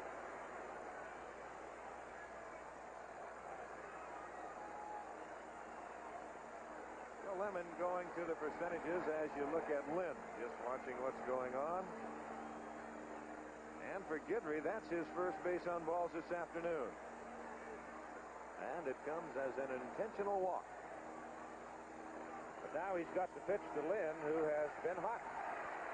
That's what you're looking at. Bob Lemon is looking at the percentages on his side right here. Freddie Lynn is flying to center.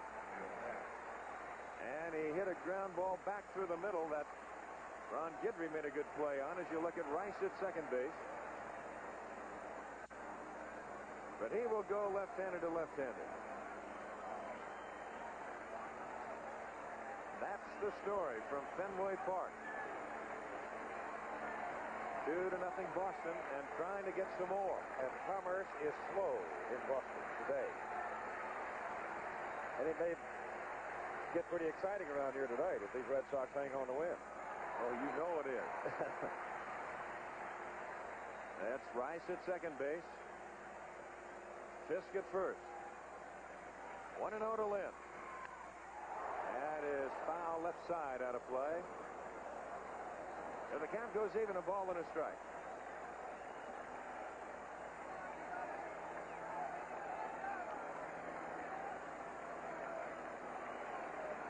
Second baseman Doyle back on the outfield grass for Freddie Lynn.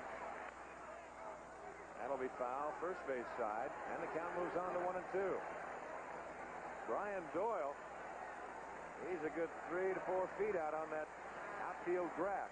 As Chambliss is right at the edge of the grass in the skin part of the infield. There you see Art Fowler, the pitching coach, Bob Morgan, the manager. There's Doyle and Chambliss. The count goes even at 2-2. The big thing that they're concerned about, any ball hit on that right side, they want to be deep enough to where at least they can dive and knock it down and try and save a run. Missing away, and it goes full 3-2. And now the runners once again will get the advantage. They will be going with 2 out. Don Zimmer. Wilkie and Rutan. There they go. There's a drive at deep right field. Going back, Piniella still going back and makes a catch. Fine running catch by Lou Piniella as he battled the sun all the way. Now the Red Sox are gone as you look at it one more time. And Keith, what a catch here. As the day wears on, the sun field becomes right field, and you see how bright it is there. And Lou's looking right up into it. Stayed with it and made the play. Great catch by Lou Piniella. And the Red Sox threatening, but they are turned away. However, they do lead 2-0. Al from Fenway Park in Boston. I'm Don Drysdale with Keith Jackson. After you've joined us today, wherever you might be, because we've got a thriller going here at Fenway. 2-0 Boston to the 7th. And once again, here's Keith. Nettles, Chambliss, White for New York as we go to the top of the 7th. Red Sox threatening to roll them up in the bottom of the 5th, but were turned away with only 1 run to lead it 2-0. I'll tell you, 3-4 runs would look awfully big right about here, wouldn't it? Oh. Greg Nettles checks, and it cost him strike. Now there is the other pitch that Torres came up with in his last start. He took a little bit off of the slow curveball. You saw Nettles out in front of it. As the game wears on, it's incumbent on a pitcher to change his assortment of pitches. Rotate them at least. And that's high, a mile high for the right fielder, Jim Wright.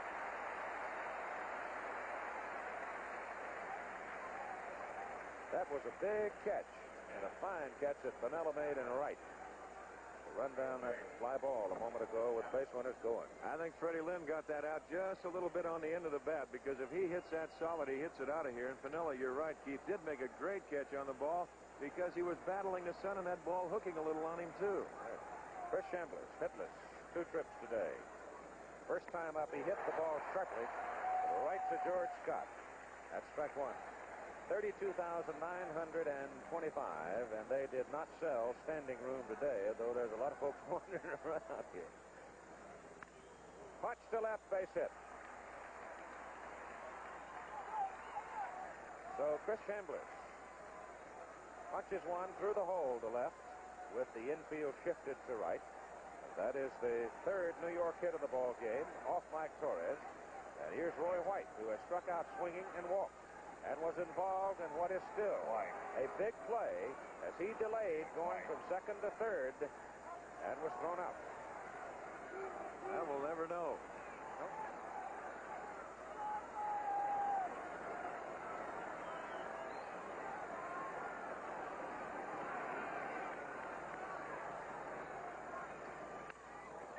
That's a base hit. Chris Chambliss turns second, hangs on as Lynn fires back in. Back-to-back singles now for the Yankees with 1 out. And there is movement in the Boston bullpen. And I mean quickly. And they're going in a hurry. It appears that one of the big men out of there is Bob Stanley. The left-hander is Tom Bergmeyer. Hassler. Andy Hassler. It is Hassler. You're right, yeah. Hassler has done quite a job for him. There's Andy.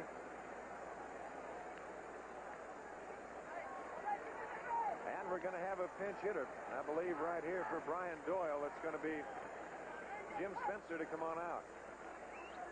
Jim Spencer, a left-handed hitting infielder, first baseman, will come to the plate and hit for Brian Doyle. That probably means Fred Stanley will go in defensively at second base for New York.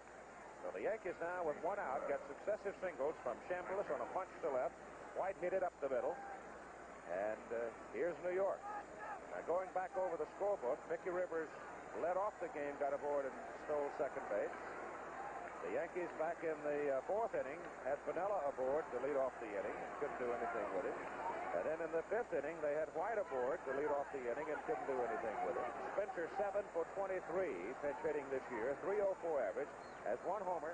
He has knocked in 9 runs as a pinch hitter. Don Zimmer now walks to the mound. He will have a conversation with Torres and with Fisk, and it is Fisk from whom he wants absolute honesty. That's exactly right. You'll see a lot of managers, and the pitchers, they sometimes will have a tendency to maybe say something with their heart that they do feel good, but physically, why, they might be losing it a little bit. And a lot of managers, as they make their way to the mound, Zimmer will stay with Torres right here. They will ask the catcher, how's he throwing? And he wants to know the truth right there. So Don taking a little extra time as he gives the time to his bullpen in Stanley and Hassler.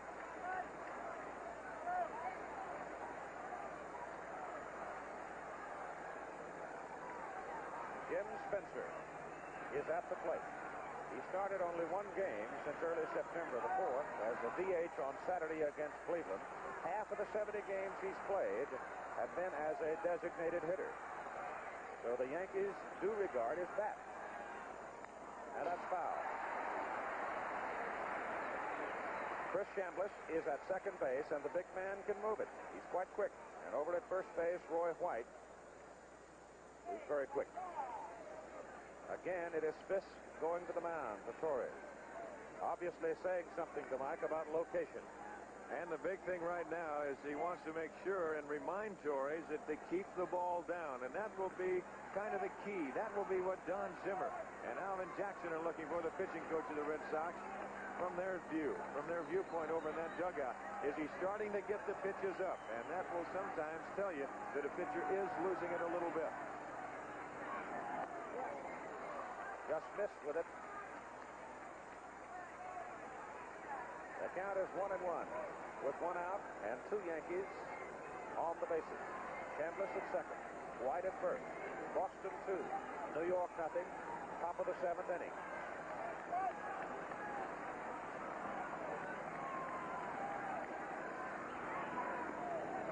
That pitch is low inside, and the count is 2-1. Now, the big thing right here is if you get away from that one thing that you don't try and overthrow. If you can just stay within the same pattern that you were throwing before. Even though you're in a little bit of a jam, you've got 1 out, and you've still got the double play in order, and you've got a good double play man at the plate as Don Zimmer reaches in for a little nourishment. He's adding to it, isn't he? There's Alvin Jackson on the right of your screen. Ball is hit out to left field for Yastrzemski. 2 out.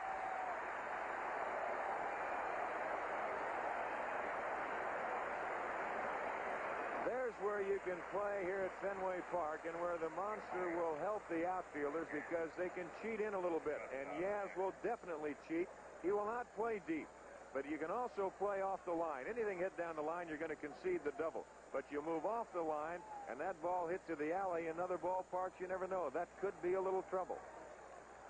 Now it is Yankee shortstop Bucky Dent.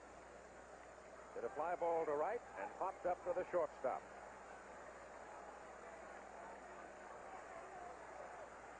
You are now getting into, in vernacular of football, 4-down territory as we're in the 7th inning. And every opportunity missed will grow more and more costly. Checked and took. Low. Ball 1. Chambliss at second. White at first. They had successive singles with 1 out. Now the bench batter, Spencer, retired on a fly ball to left. Then against Boston, a 3-14 hitter. Bucky has had his base hits against Boston pitching.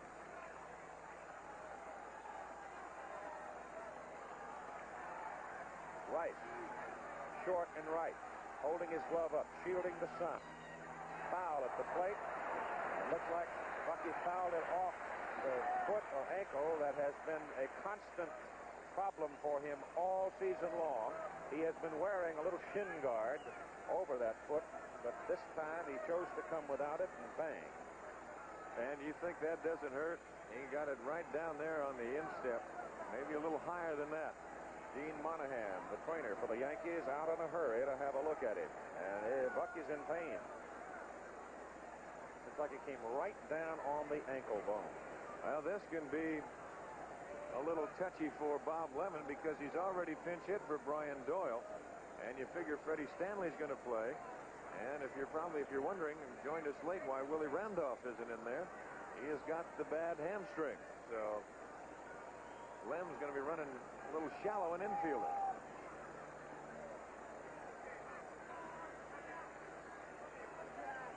Dent will stay. Try to shake it off.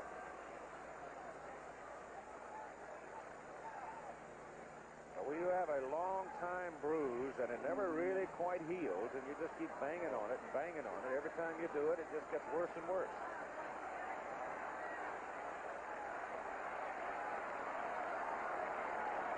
He will stay. 2 out, 2 on, 2-0 Boston, top of the 7th.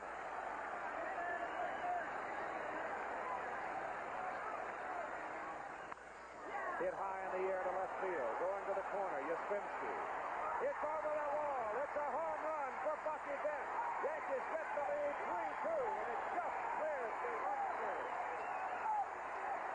Just cleared the top of the wall in left. Well, the Yankee dugout, who has been very quiet up till right now, they are out in fourth. The great Bucky Dent, and that ball just did get out of here, but he got the fastball up over the plate. And that ball just skimmed the top, and the Yankees now take the lead by a score of 3-2, and the Red Sox fans are stunned here at Fenway. Let's look at it again. There it was, up over the plate, and Dent rode it right out of here.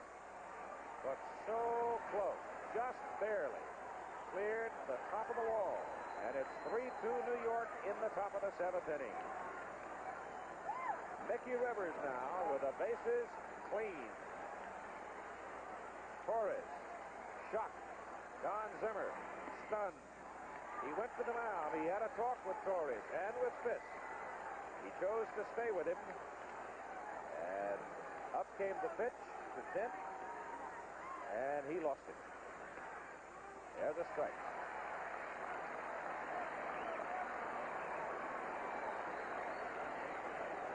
One ball, 2 strikes with 2 outs.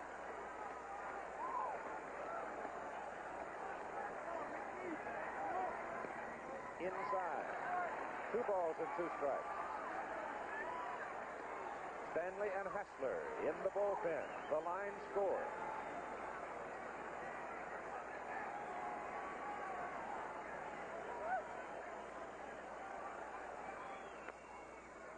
Little chopper that's going to kick foul.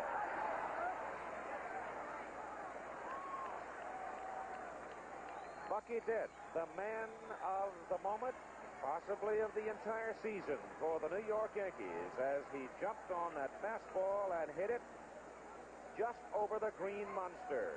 Watch how close it is. The ball just settled into the screen. It was almost so close, it almost sit up there and lay on top of that wall, but that's as far as you have to hit him right here. About 320 feet. That pitch is low to Mickey. And it's a full count now. 3 balls and 2 strikes. And George Steinbrenner, for the first time today, started to enjoy himself, I think.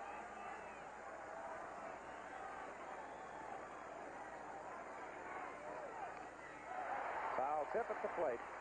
And the count holds at 3-2.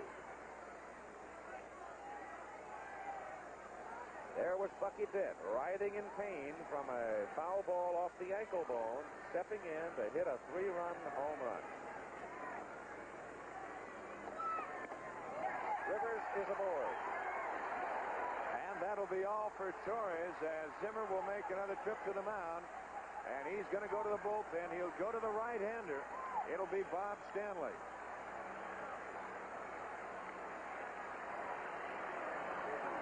So Bob Stanley, who had an outstanding season for the Boston Red Sox, comes trotting in from the bullpen.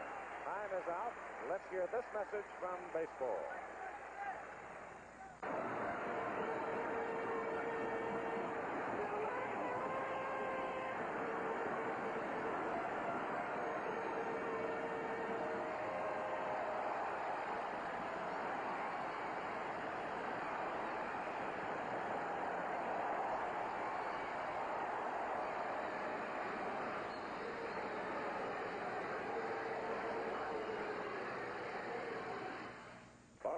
Stanley is now on the mound to warm up. Don, his record of 15-2 and his earned run average in particular, backed up with 10 saves, being a spot starter for Boston, tells you that he's had a heck of a season. Last Friday, the Sox went to him as a starter against Toronto. He went 7 very strong innings and got the win, allowing only 2 hits and no runs.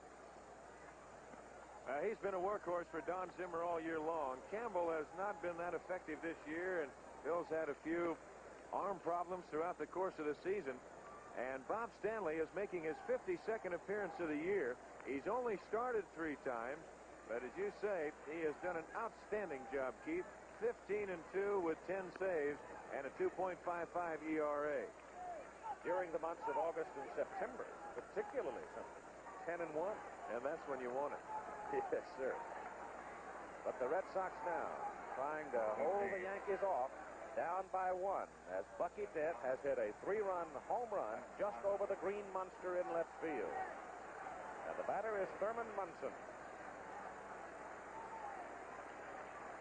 With 2 out.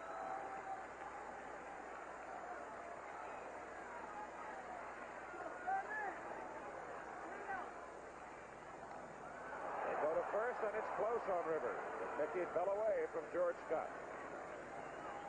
Mickey trying to edge up that line and get a big break toward second base with 2 out. Now he's a little more conservative. The shadows playing a little part in this game right now, too, because you can see as we get on our high camera and move out towards the pitcher's mound from home plate, you can see the shadows have been moving out during the course of the game, and Stanley coming out of the sun and into the shadows, and that can make it a little tough on the hitter, but not on Mr. Bucky Dent. Rivers going. Munson swings and misses, and Fisk bounces the throw to the second baseman, Remy, and Rivers has stolen his second base in this game. He gets a good jump off of Stanley. Fisk did not get rid of the ball real clean, and then when he throws it on the 1 hop, why, there's no chance whatsoever. Rivers with the speed, and he's there in front of the tag of Remy. There's another angle right there, and we'll slow it down for you. Al Clark right there in good position to make the call.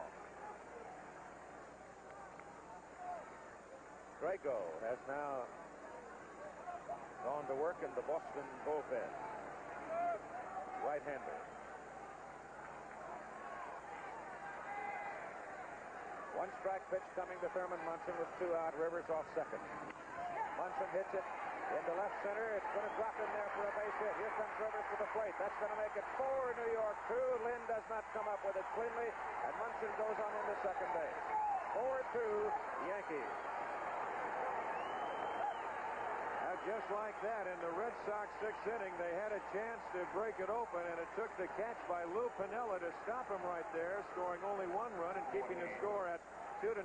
Now, Munson doesn't get all of this ball, but he gets it in a perfect location, as Lynn was playing over in right center. And by the time that Freddie gets on the ball, it bounces away. They had no chance whatsoever to get Mickey Rivers. Munson ends up at second. The Yankees tallying 4 times here in the 7th inning. And Piniella is at the plate. He is the 8th man to come to bat in the top of the 7th inning for New York. That ball is hit to right field. Jim Rice looking into the sun. Fights it. Gets it.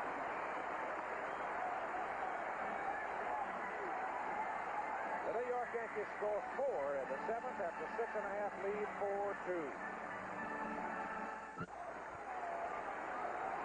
Bucky Dent, Yankee shortstop. Quiet man, 243 batting average. But his 5th home run of the season, oh boy, did it wake up New York City. And Yankee fans all over the country stunned the crowd in Boston. Lou Piniella there on the right side of the picture made that running catch, fighting the sun in the bottom of the 6th inning that sort of kept the Red Sox backed up a little bit. It was off the bat of Fred Lynn to end the inning with 2 base runners aboard. The batter now, Butch Hobson. George Scott next, then Jack Frohammer. And Hobson swings and misses. Ron Guidry given a reprieve. He was almost gone in the bottom of the 6th. The hook had not quite set. Nope. Foul by Hobson. It's 2 strikes. If Piniella doesn't make that catch in right, Guidry's gone, and he's down probably 4, at least 4. You got to figure 2 runs would have scored right there. They were all running on the pitch.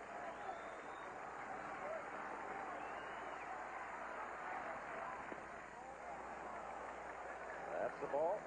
It's 1 ball and 2 strikes to the leadoff man for Boston in the bottom of the 7th inning, Butch Hobson.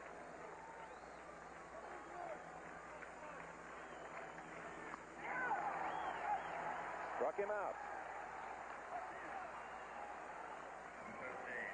5 Ks in the book now for Ron Guidry, 5 strikeouts. And here comes George Scott, who has struck out and doubled. Bottom of the 7th.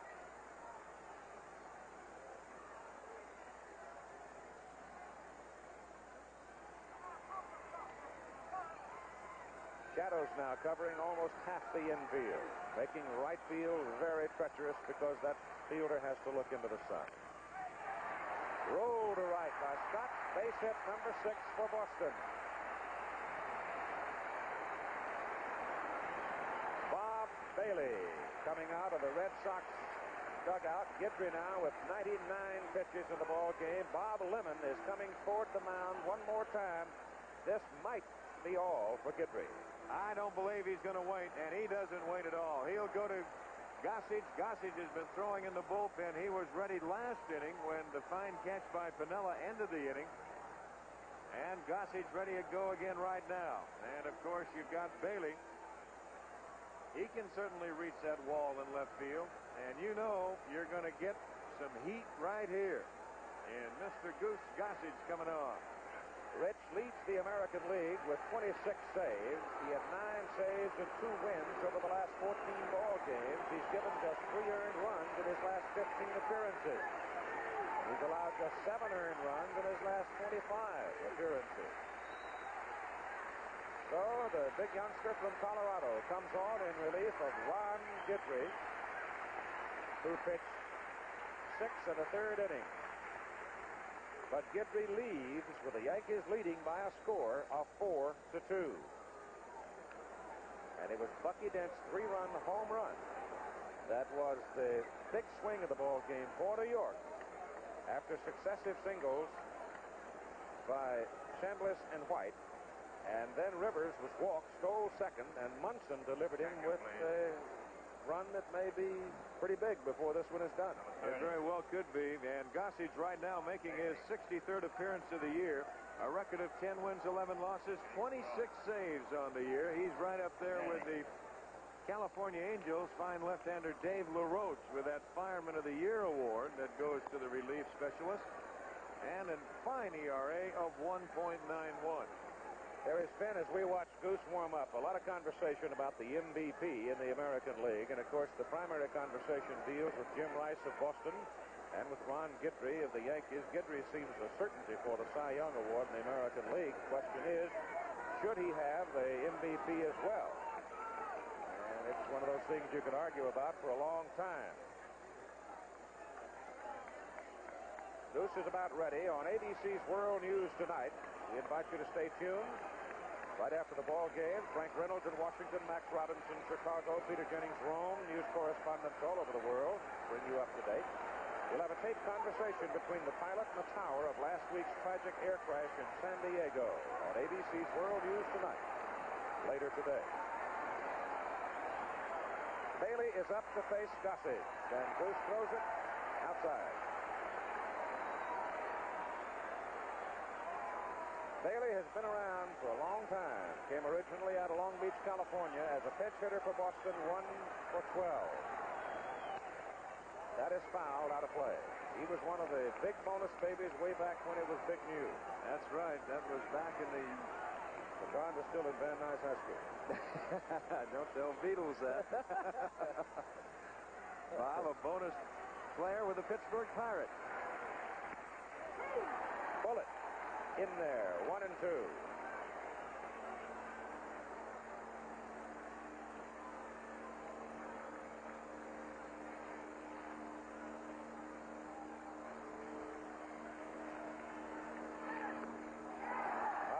bullet. And Bailey is gone looking.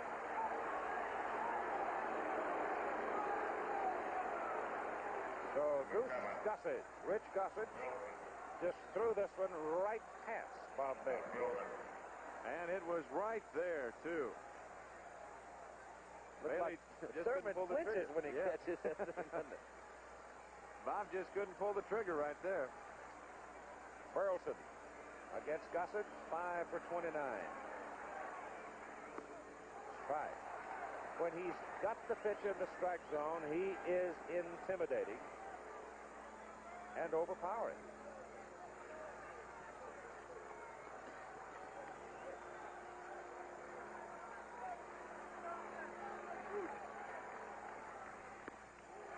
Strike 2. And I'm telling you, Keith, when he keeps that ball down in that location and can hit spots, you know that he is double tough.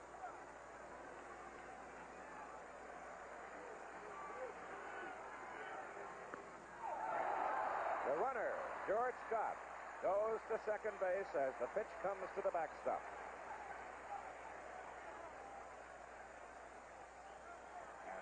They give a pass ball to Thurman Munson, and I've oftentimes felt that's the most unfair score in the world to a catcher. Thurman just barely able to get his glove on it. The pitch coming with such velocity. Well, what happened right there? He tried to throw the breaking pitch. He just overthrew it, and all it did was come up there like a spiral. Right. Scott is at second base now with 2 out. The ball is hit to the shortstop, Bucky Dent. And he gets Burleson by a half a step. So after 7 innings of play at Fenway, the Yankees 4, the Red Sox 2, back with more after this word from our local station. Dent. And he gets Burleson by a half a step. So after 7 innings of play at Fenway, the Yankees 4, the Red Sox 2, back with more after this word from our local station. Good, endless supply. This is WCVB-TV, Boston. The Red Sox as we go to the top of the 8th inning, 4-2. The winner of this game goes against Kansas City in the American League Championship Series in Game 1 live from Royal Stadium tomorrow night at 8. The National League Championship Series between the Dodgers and the Phillies begins on Wednesday in the evening, and the American League game will be played in the afternoon on ABC, where you'll be watching it. Frank Duffy is now at third base for the Boston Red Sox, with Bob Stanley on in relief of Mike Torres, and Torres is the pitcher of record for Boston. Both starters are now gone, and Reggie Jackson takes ball 2 from Stanley. Bill Lee is now in the bullpen for Boston, the left-hander. Jackson today hitless in 3 trips. That's fouled away. 2 balls and a strike to Reggie. I've just been sitting watching Al Rosen along with George Steinbrenner down by the Yankee dugout in the club box. I tell you, Al, he has been chewing nails, wiping his face.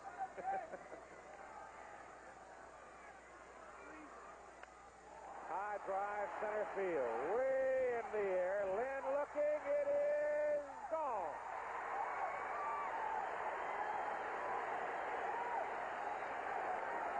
Reggie Jackson, 27th home run of the season, and the Yankees lead 5-2. He got it all. There's no question about that. And here comes Don Zimmer, and that might be all for Bob Stanley. Not only did he get it high, but he hit it deep to the deepest part of the ballpark.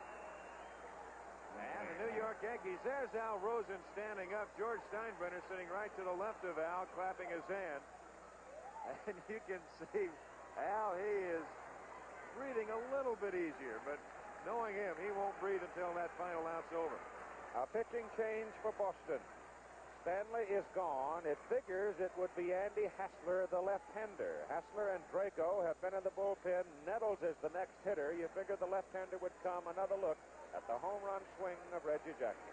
Now, he got it all, and he stayed right with it. That pitch was up, and Stanley, a low ball pitcher, and you can see as soon as it goes over Stanley's head, Lynn takes a little run at the wall and just says, I wonder how far that's going to go in.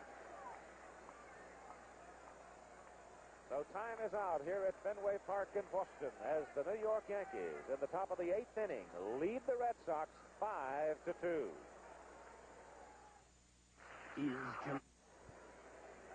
Reggie Jackson in the Yankee dugout, having struck his 27th home run. He and Greg Nettles, who is now at the plate, have 27 on the season. Al Rosen at the left, George Steinbrenner at the right. Cedric Tallis right there over the shoulder of Al Rosen on the left of the picture, who was involved in the building of that Kansas City ball club that, unless Boston does something dramatic, the Yankees will be facing tomorrow night for the American League Championship for a third successive year. And as I said before, it's going to be interesting to see how Mr. Momentum carries on in the Royals Stadium in Kansas City. The Royals have clinched their division for the last few days, finishing out the season, and the Yankees going into the extra game. Hassler delivers. Greg Nettles checks on it.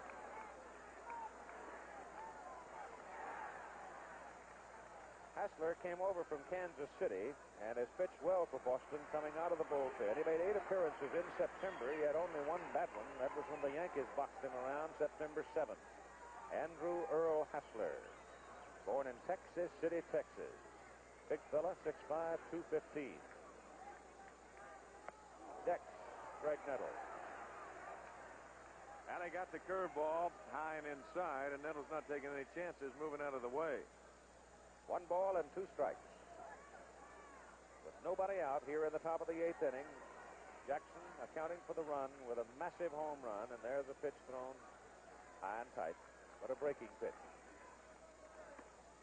Very seldom will hear a batter beef about a breaking pitch that gets up in around the bill of the cap, but if that hummer comes in there, eyebrows get knit together real quick.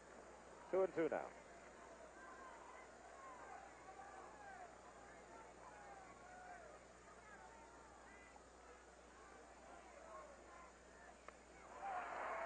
Swing and a miss. And Greg walks away shaking his head, knowing full well he took a swing at ball 3. 1 out. Yeah, that pitch right there up around the bill of the cap. And you get a big left-hander out there like Hassler, and he comes at you and side wheels you just a little bit. And he's got good stuff at times. It's just had control putting it together, but evidently, why, maybe they found a secret here at Boston. Kind of a different set of numbers for Chambliss, hitting better against left-handers than against right-handers. Rolls this one to right field. Great play by Rennie.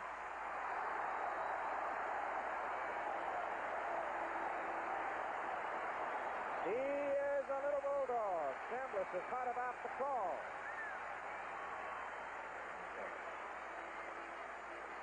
Lemon started out of the dugout to go across and get Chris and bring him back. But Chambliss stopped the argument and returned himself. Let's have another look. Well, Remy goes deep to the hole, and he makes himself quite a play because that has base hit written all over it. And then he gets up, sets himself, takes a little time. There he gets the ball. Now taking a little extra time, and you look at it again. Well, I don't know. It's hard to see from that angle with Chambliss and Scott both blocking the view of our camera angle. Jim Evans called him out. That's 2 out. Base is empty, and Roy White hitting from the right side against the left-hander, bounces it over to Rennie, and he's thrown out, and the inning is over. But the Yankees tack on 1 more run, and after 7.5 innings of play, it is New York 5, Boston 2. The problem, it was costing hospitals too much time and money to order vital supplies. American Hospital Supply Corporation, a leader in the field, saw that this was a communications problem and called in the Bell system. The solution, a system of car dialer telephones and Bell teleprinters to order supplies and equipment. A transaction that took up to 2 weeks to confirm now takes 15 minutes. Another case that shows the system is the solution. Here's to good friends. Tonight is time. Did Frank burn the trout yet? No, but we're ready. Okay, you guys. The intense face of the Boston Red Sox manager, Don Zimmer. As the Red Sox come up in the bottom of the 8th inning, Jerry Rennie, Jim Rice, Paul Yastrzemski against Goose Gossage. And Gossage just blew the Red Sox away in the bottom of the 7th as he came on in relief of Guidry. That is foul. It is 2 strikes on the Red Sox second baseman. Gossage came in, struck out Bailey looking, got Burleson on the roll of the short. Boy, the wares of a pennant race on the face of Don Zimmer. 2 strike count continues on Remy. The Lions score there. 2 home runs for New York. A 3-run shot by Dent. A solo by Jackson. Down the line, base hit for Remy. It'll go for 2. Little flyer is around first, goes into second as Piniella hurries the throw in. No, it is not over. And it will not be over until the final out is recorded here at Fenway as we take another look at it. Gossage with the infield, outfield playing Remy to hit to the opposite field. Went with a breaking pitch and got it down and in. And Remy hit it right down the line. And he's at second base with a stand-up double. And you can't tell at Fenway, Keith. You just at times cannot get too many runs. Jim Rice is at the plate. Yastrzemski is on deck. And the pitch is low. Power against power right here with Gossage against Rice. Yaz waiting. Swing and a miss. That was a letter-high fastball. He got it in on him just a little bit. And if you're going to get it up in there to Jim Rice, you better make sure you get it inside. Yankees 5, Red Sox 2, Boston in the bottom of the 8th inning with a threat. Rice hits it high in the air on the right side, and Piniella coming in a hurry, looking into the sun, makes the catch. And throws quickly across to hold Remy at second base, 1 out. Oh, you can see how treacherous that sun was. Freddie Stanley, the second baseman, he knew he couldn't catch it, but running out and pointing in the air, make sure that Piniella didn't lose the ball.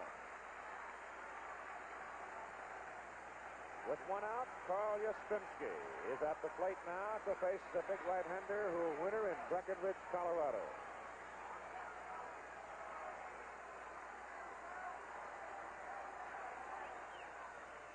And the pitch is inside.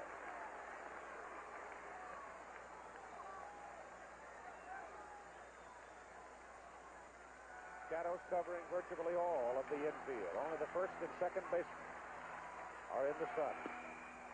That pitch is inside. No activity in the New York bullpen right now.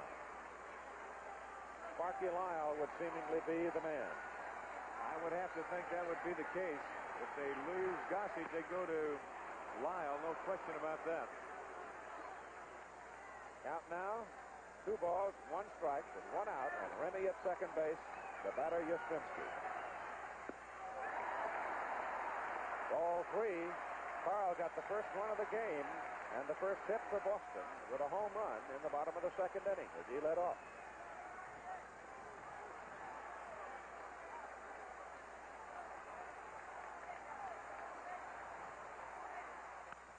Ball is hit up the middle for a base hit. Here comes Jerry Remy around second base. Rivers has it. He will not have any opportunity as Remy scores, and it's now 5-3. The old pro does it one more time. And the thing right here, just 1 swing of the bat, and the Red Sox have got it tied because the tying run is at the plate right now in the name of Carlton Fisk. And Carlton Fisk is dangerous against a fastball pitcher. He's a dead fastball hitter. And he can move into this ballpark, and he can change his swing a little bit. He's got one of the better Fenway swings that you want to see. Fred Lynn is now to the on-deck circle with 1 out. Yastrzemski at first, a run in. Remy scored from second. Now you see how big that home run was that Reggie Jackson hit that last inning.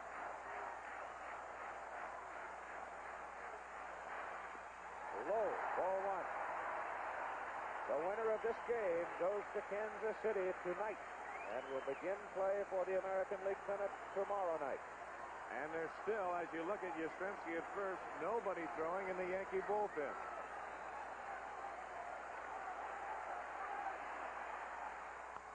High foul ball. Up on top into the tower. You think he can't get around on a fastball here? I think he'd pull Jackie Price's bazooka. And there's some somber faces there. Little concern. Steinbrenner, Rosen. Smiles one inning, frowns the next. Strike on the outside corner. The Red Sox this year have scored the winning run from the 8th inning on a total of 31 times, including extra innings. So it's a good late inning ball club. Fouled out of play. 1 ball, 2 strike count. The one thing you know about Gossage, you can start your swing the same way because he's going to come at you with the heat, and his breaking pitch is not that big, and it's going to be fast, and there really isn't that much of a variation between the two pitches. Very seldom you ever see him try and throw a changeup.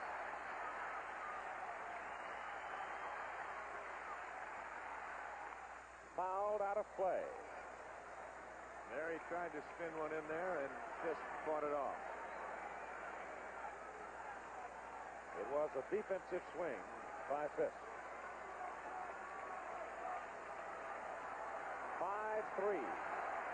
New York leads. Boston batting bottom of the 8th inning. Boston led 2-0. Bucky Dent hit a 3-run homer. The pitch to Fisk is hit high in the air, and it again will come out of play. Made it 3-2 New York on Dent's home run. And then Herman Munson delivered a run with a double to left center field, and then Reggie Jackson hit a solo home run in the top of this inning for the 5th New York run. 5-3 with 1 out. And Yastrzemski at first base, and Fisk checks and takes just low. 2 balls, 2 strikes. Johnny Pesky, number 35, coaching Carl Yastrzemski there at first base. 1948, Cleveland, and Boston played here in a single playoff game with Cleveland winning. Bob Lemon and Johnny Pesky were active at that time as players, and that pitch is high. 3-2. Every time you see Pudge Fisk up with pressure on him, it's easy to remember that 1975 World Series against Cincinnati when he hit that home run right down the line in left field.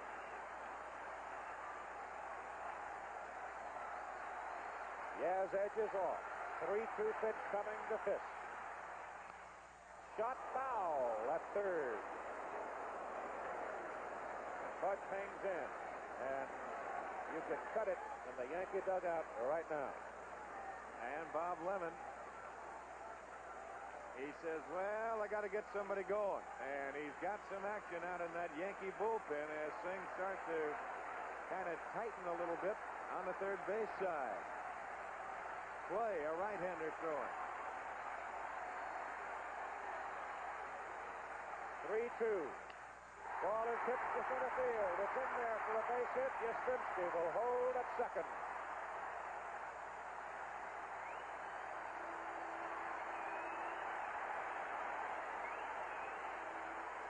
A double by Remy. Rice hit a pop to right field that Piniella caught. Yastrzemski delivered Remy from second base with a single. Fisk has now moved Yastrzemski up to second with another single. And now Sparky Lyle joins Ken Clay in the Yankee bullpen. Lyle is the left-hander and Clay is the right-hander. And the batter now to face Goose Gossage is Fred Lynn. 1 out. Red Sox have 2 base runners. Lynn, who has had a hot September with the bat. He has power to park it. He's got power, and he can hit that wall in left field for you anytime, too. Foul here. At our research fellow, Mr. Jerry Klein, hunting a safe place.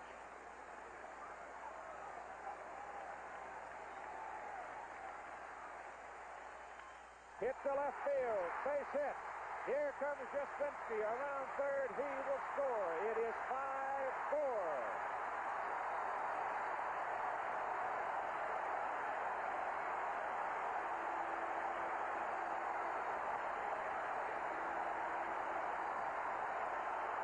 They can hear him in Martha's Vineyard right now. These Boston Red Sox fans are on their feet, and they've got something to cheer about. Bob Lemon is headed for the mound. Gossett came in and relief of Guidry and just blew the Red Sox away. But here in the bottom of the 8th inning, he has not been effective as Lyle and Clay clank up in the pen. Should be noted that Sparky Lyle has made only 2 appearances in the last 17 days. Whether or not he'll be sharp if he gets the call, you can't tell. But Lemon, for the moment, will leave Gossett. Well, this is what it's all about. 2 ball clubs that win 99 games on the year and have to go and face each other toe-to-toe. In the park right here at Fenway Park, you know that anything might happen. And we've seen a lot today. The base runners at second base, Carlton Fisk. At first base, Fred Lynn. The batter is Butch Hobson.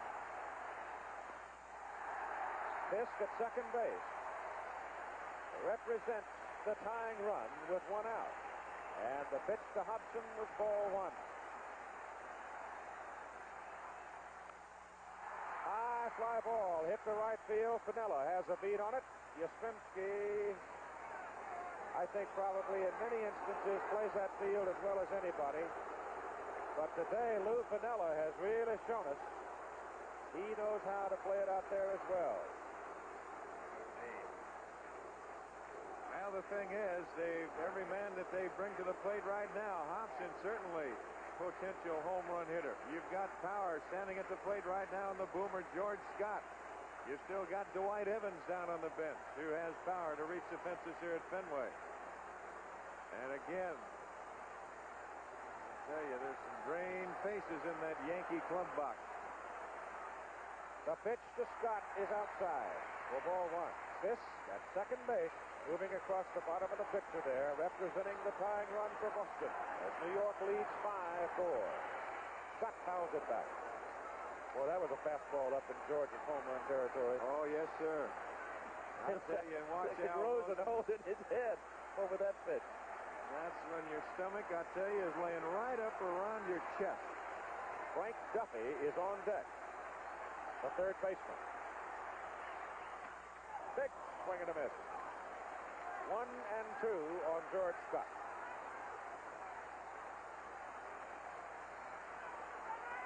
A double and 3 singles have produced 2 runs for Boston here in the bottom of the 8th inning.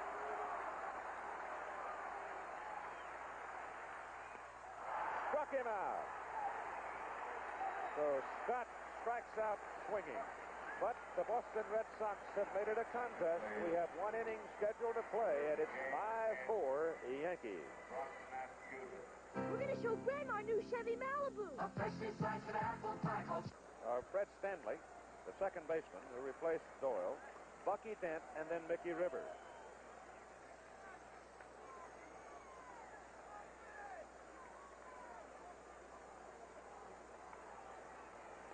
Stanley will lead off. Then comes the man that really started things for New York. Then it was Munson that delivered the 4th run, and Reggie Jackson's solo home run in the top of the 8th inning is 27th of the year, the difference in the ball game right now. 5-4 New York. And on the mound, Andy Hassler. Big left-hander from Texas. And it's his wife, I believe, that is such an fine woman golfer. Very good golfer, you're right. She may have $4 of my money from having played in a Pro-Am tournament one time with her at Lakeside in Los Angeles. I remember, she's a fine player. Here is Fred Stanley, whose wife is a writer, an author. Writes children's books.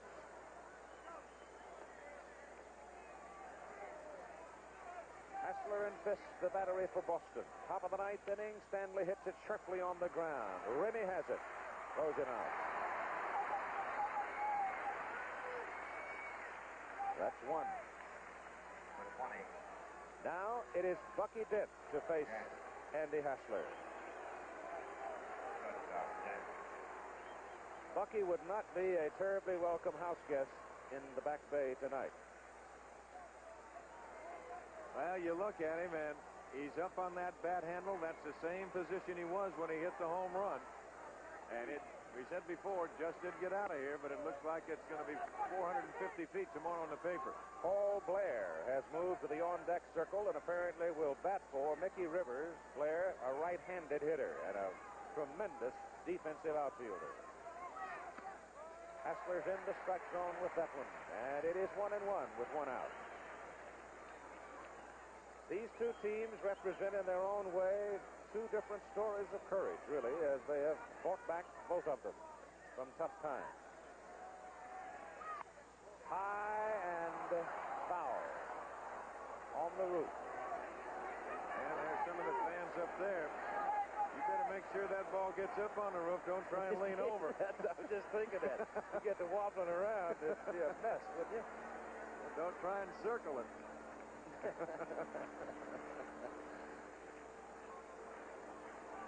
Bucky Dent, Yankee shortstop. Foul. Back behind the plate, it's 1 ball and 2 strikes. Say it one more time for those of you who might have joined us, having done your day's work.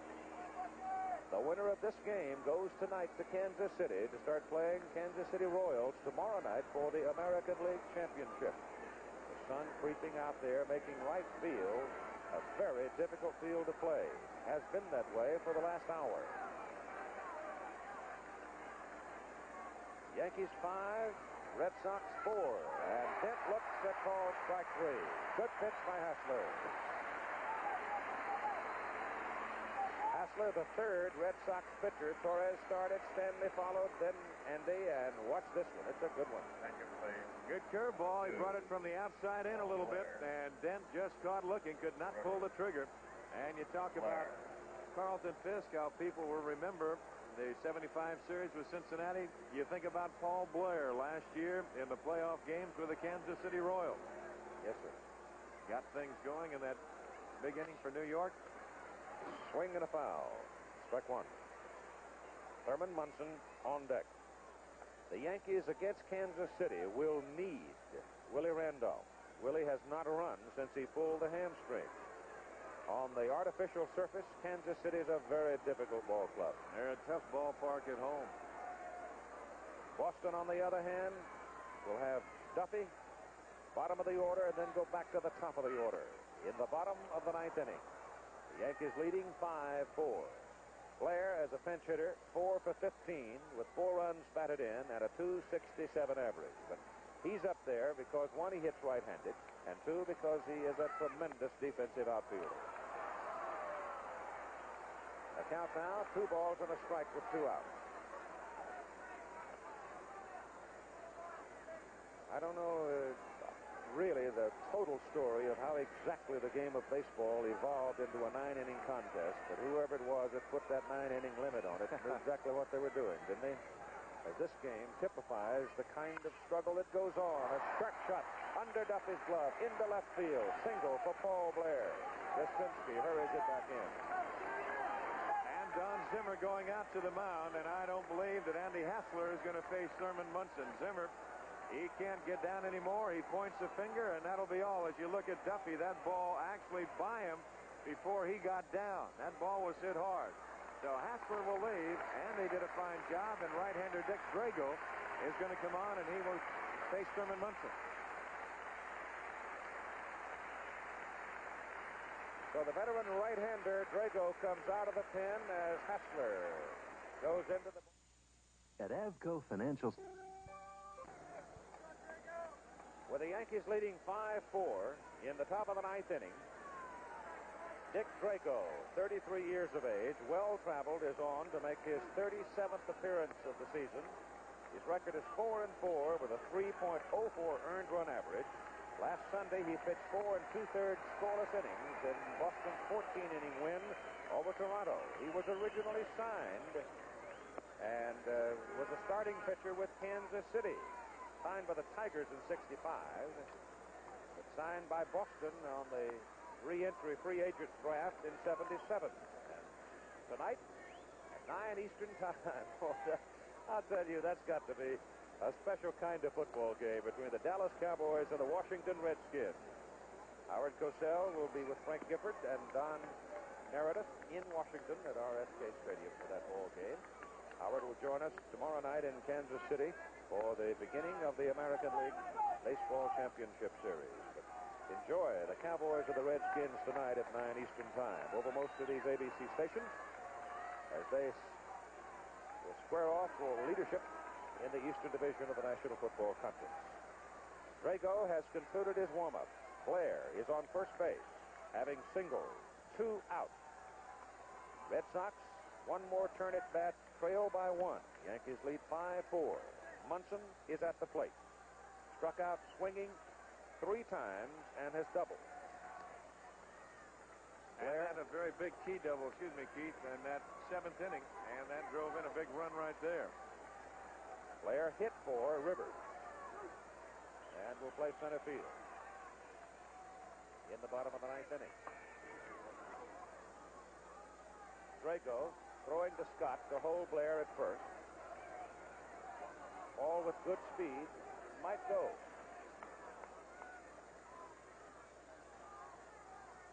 A run here for the New York would be so very big. Just low.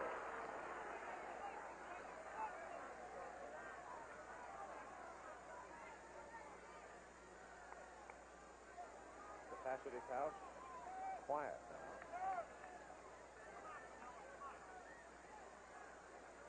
Blair off first. Ball 1 pitch coming to Munson.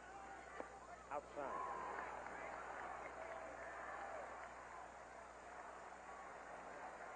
The Yankee catcher.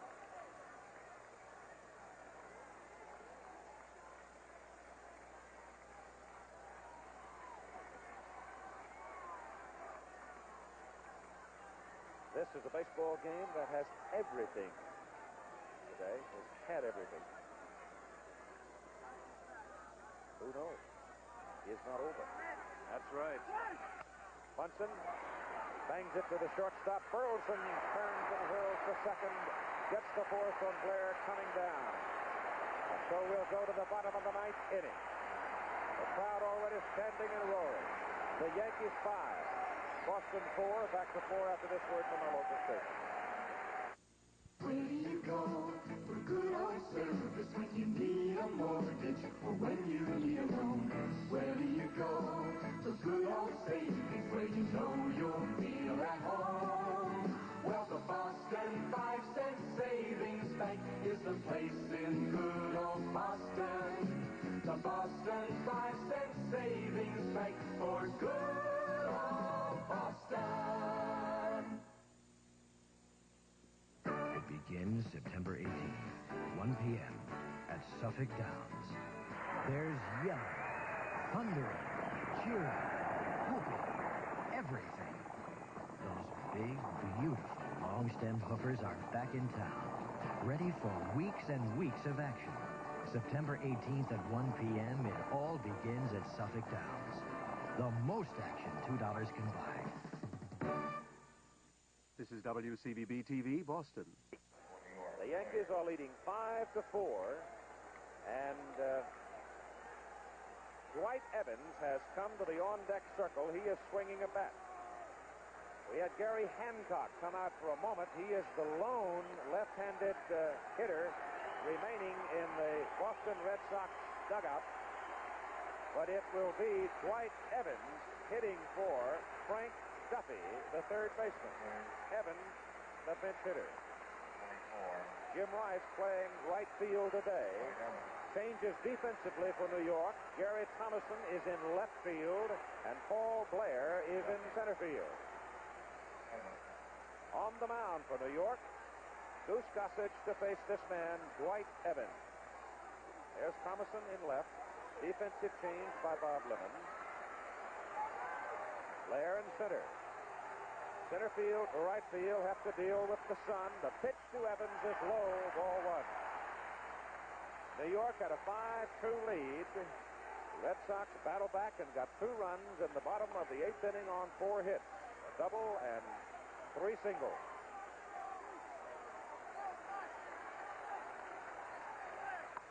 High fly ball short the left field and playable for Thomason.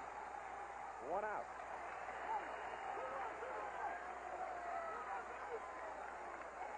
Now Goose Gossage needs 2 outs to send the Yankees into the American League playoffs for a 3rd successive season against Kansas City, the defending world champion.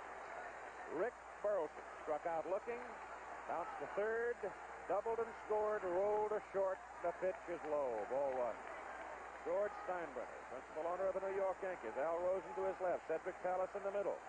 Anxiety there. Low, ball 2.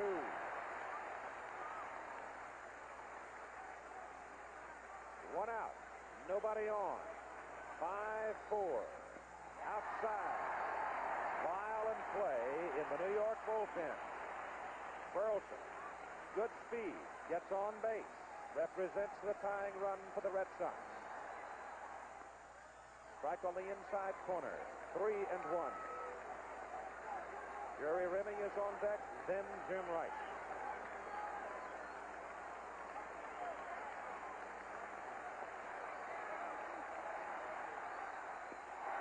Ball 4. Tying runs on.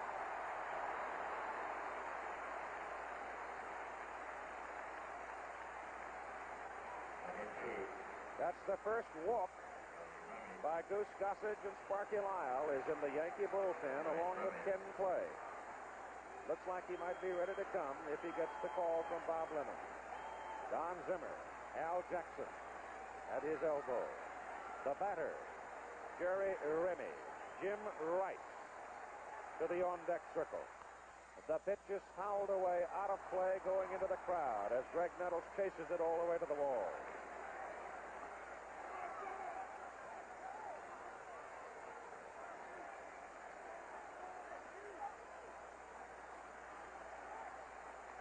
It's been a long ball game. You figured it would be. Swing and a miss. 2 strikes on Jerry Remy with Burleson at first. Remy has doubled in 3 trips. Fouled here.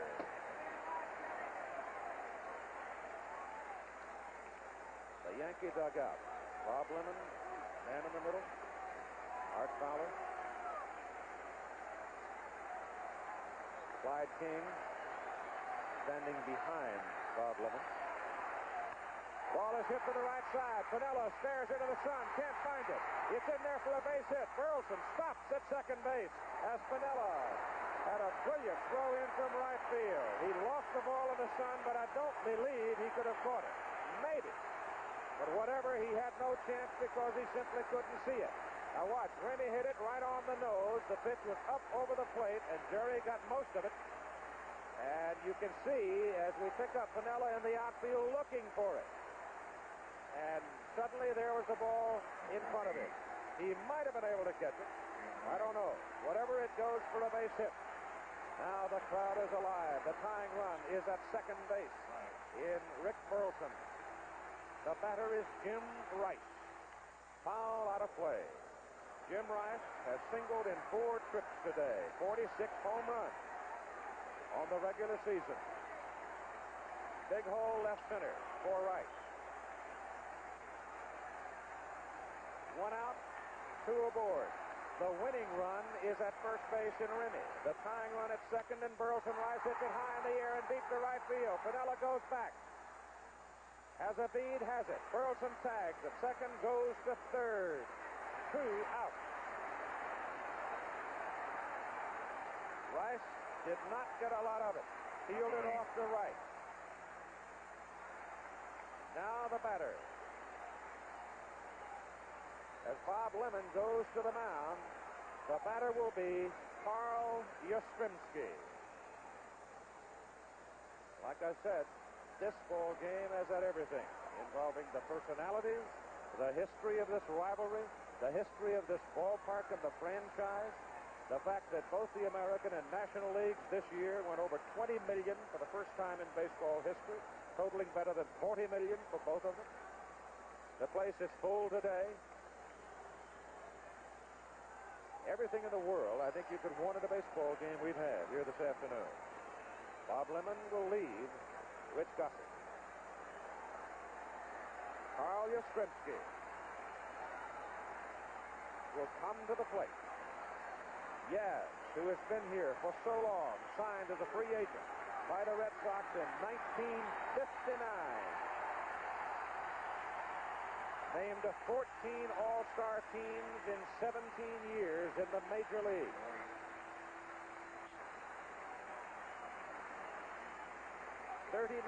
Years of age. He has hit a home run and a single in this ball game. Now it is up to Yaz. The tying run is at third base. The winning run is at first base. That is Rick Burleson at third. Jerry Remy at first. The pitch is low. Ball one. On deck, Carlton Fisk.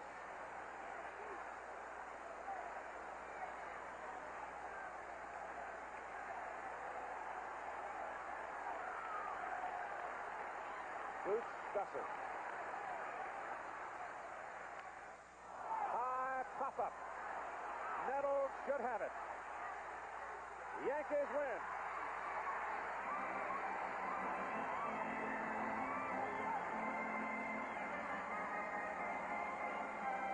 Carl Yastrzemski pops it up. Just back at third base for Greg Nettles, and the New York Yankees have won their way into the American League Championship Series against Kansas City tomorrow night.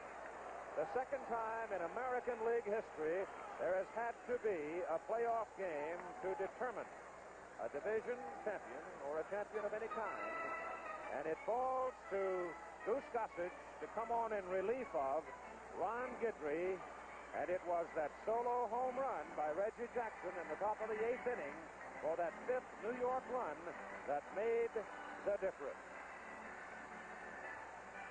So there is a whole bunch of joy in that New York locker room as they make their way back into the quiet of it. It won't be quiet when they get there. Al Rosen, the president of the Yankees, stands there. He's been sitting throughout the ball game with George Steinbrenner, the owner of the franchise. And it was not an easy game to just sit and watch, because this one had everything in it. As the Red Sox and the Yankees came from adversity on both counts, a New York ball club that was racked with dissension and turmoil for so long, but finally found itself under Bob Lemon winning 48 and losing 20, and it was the 48 that made so much difference in the 1978 season.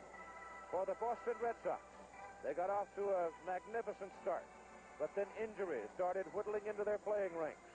They started looking for help. They could not find enough to stop the slide. And so on this day, October 2nd, 1978, it is a gloomy day for the Boston Red Sox.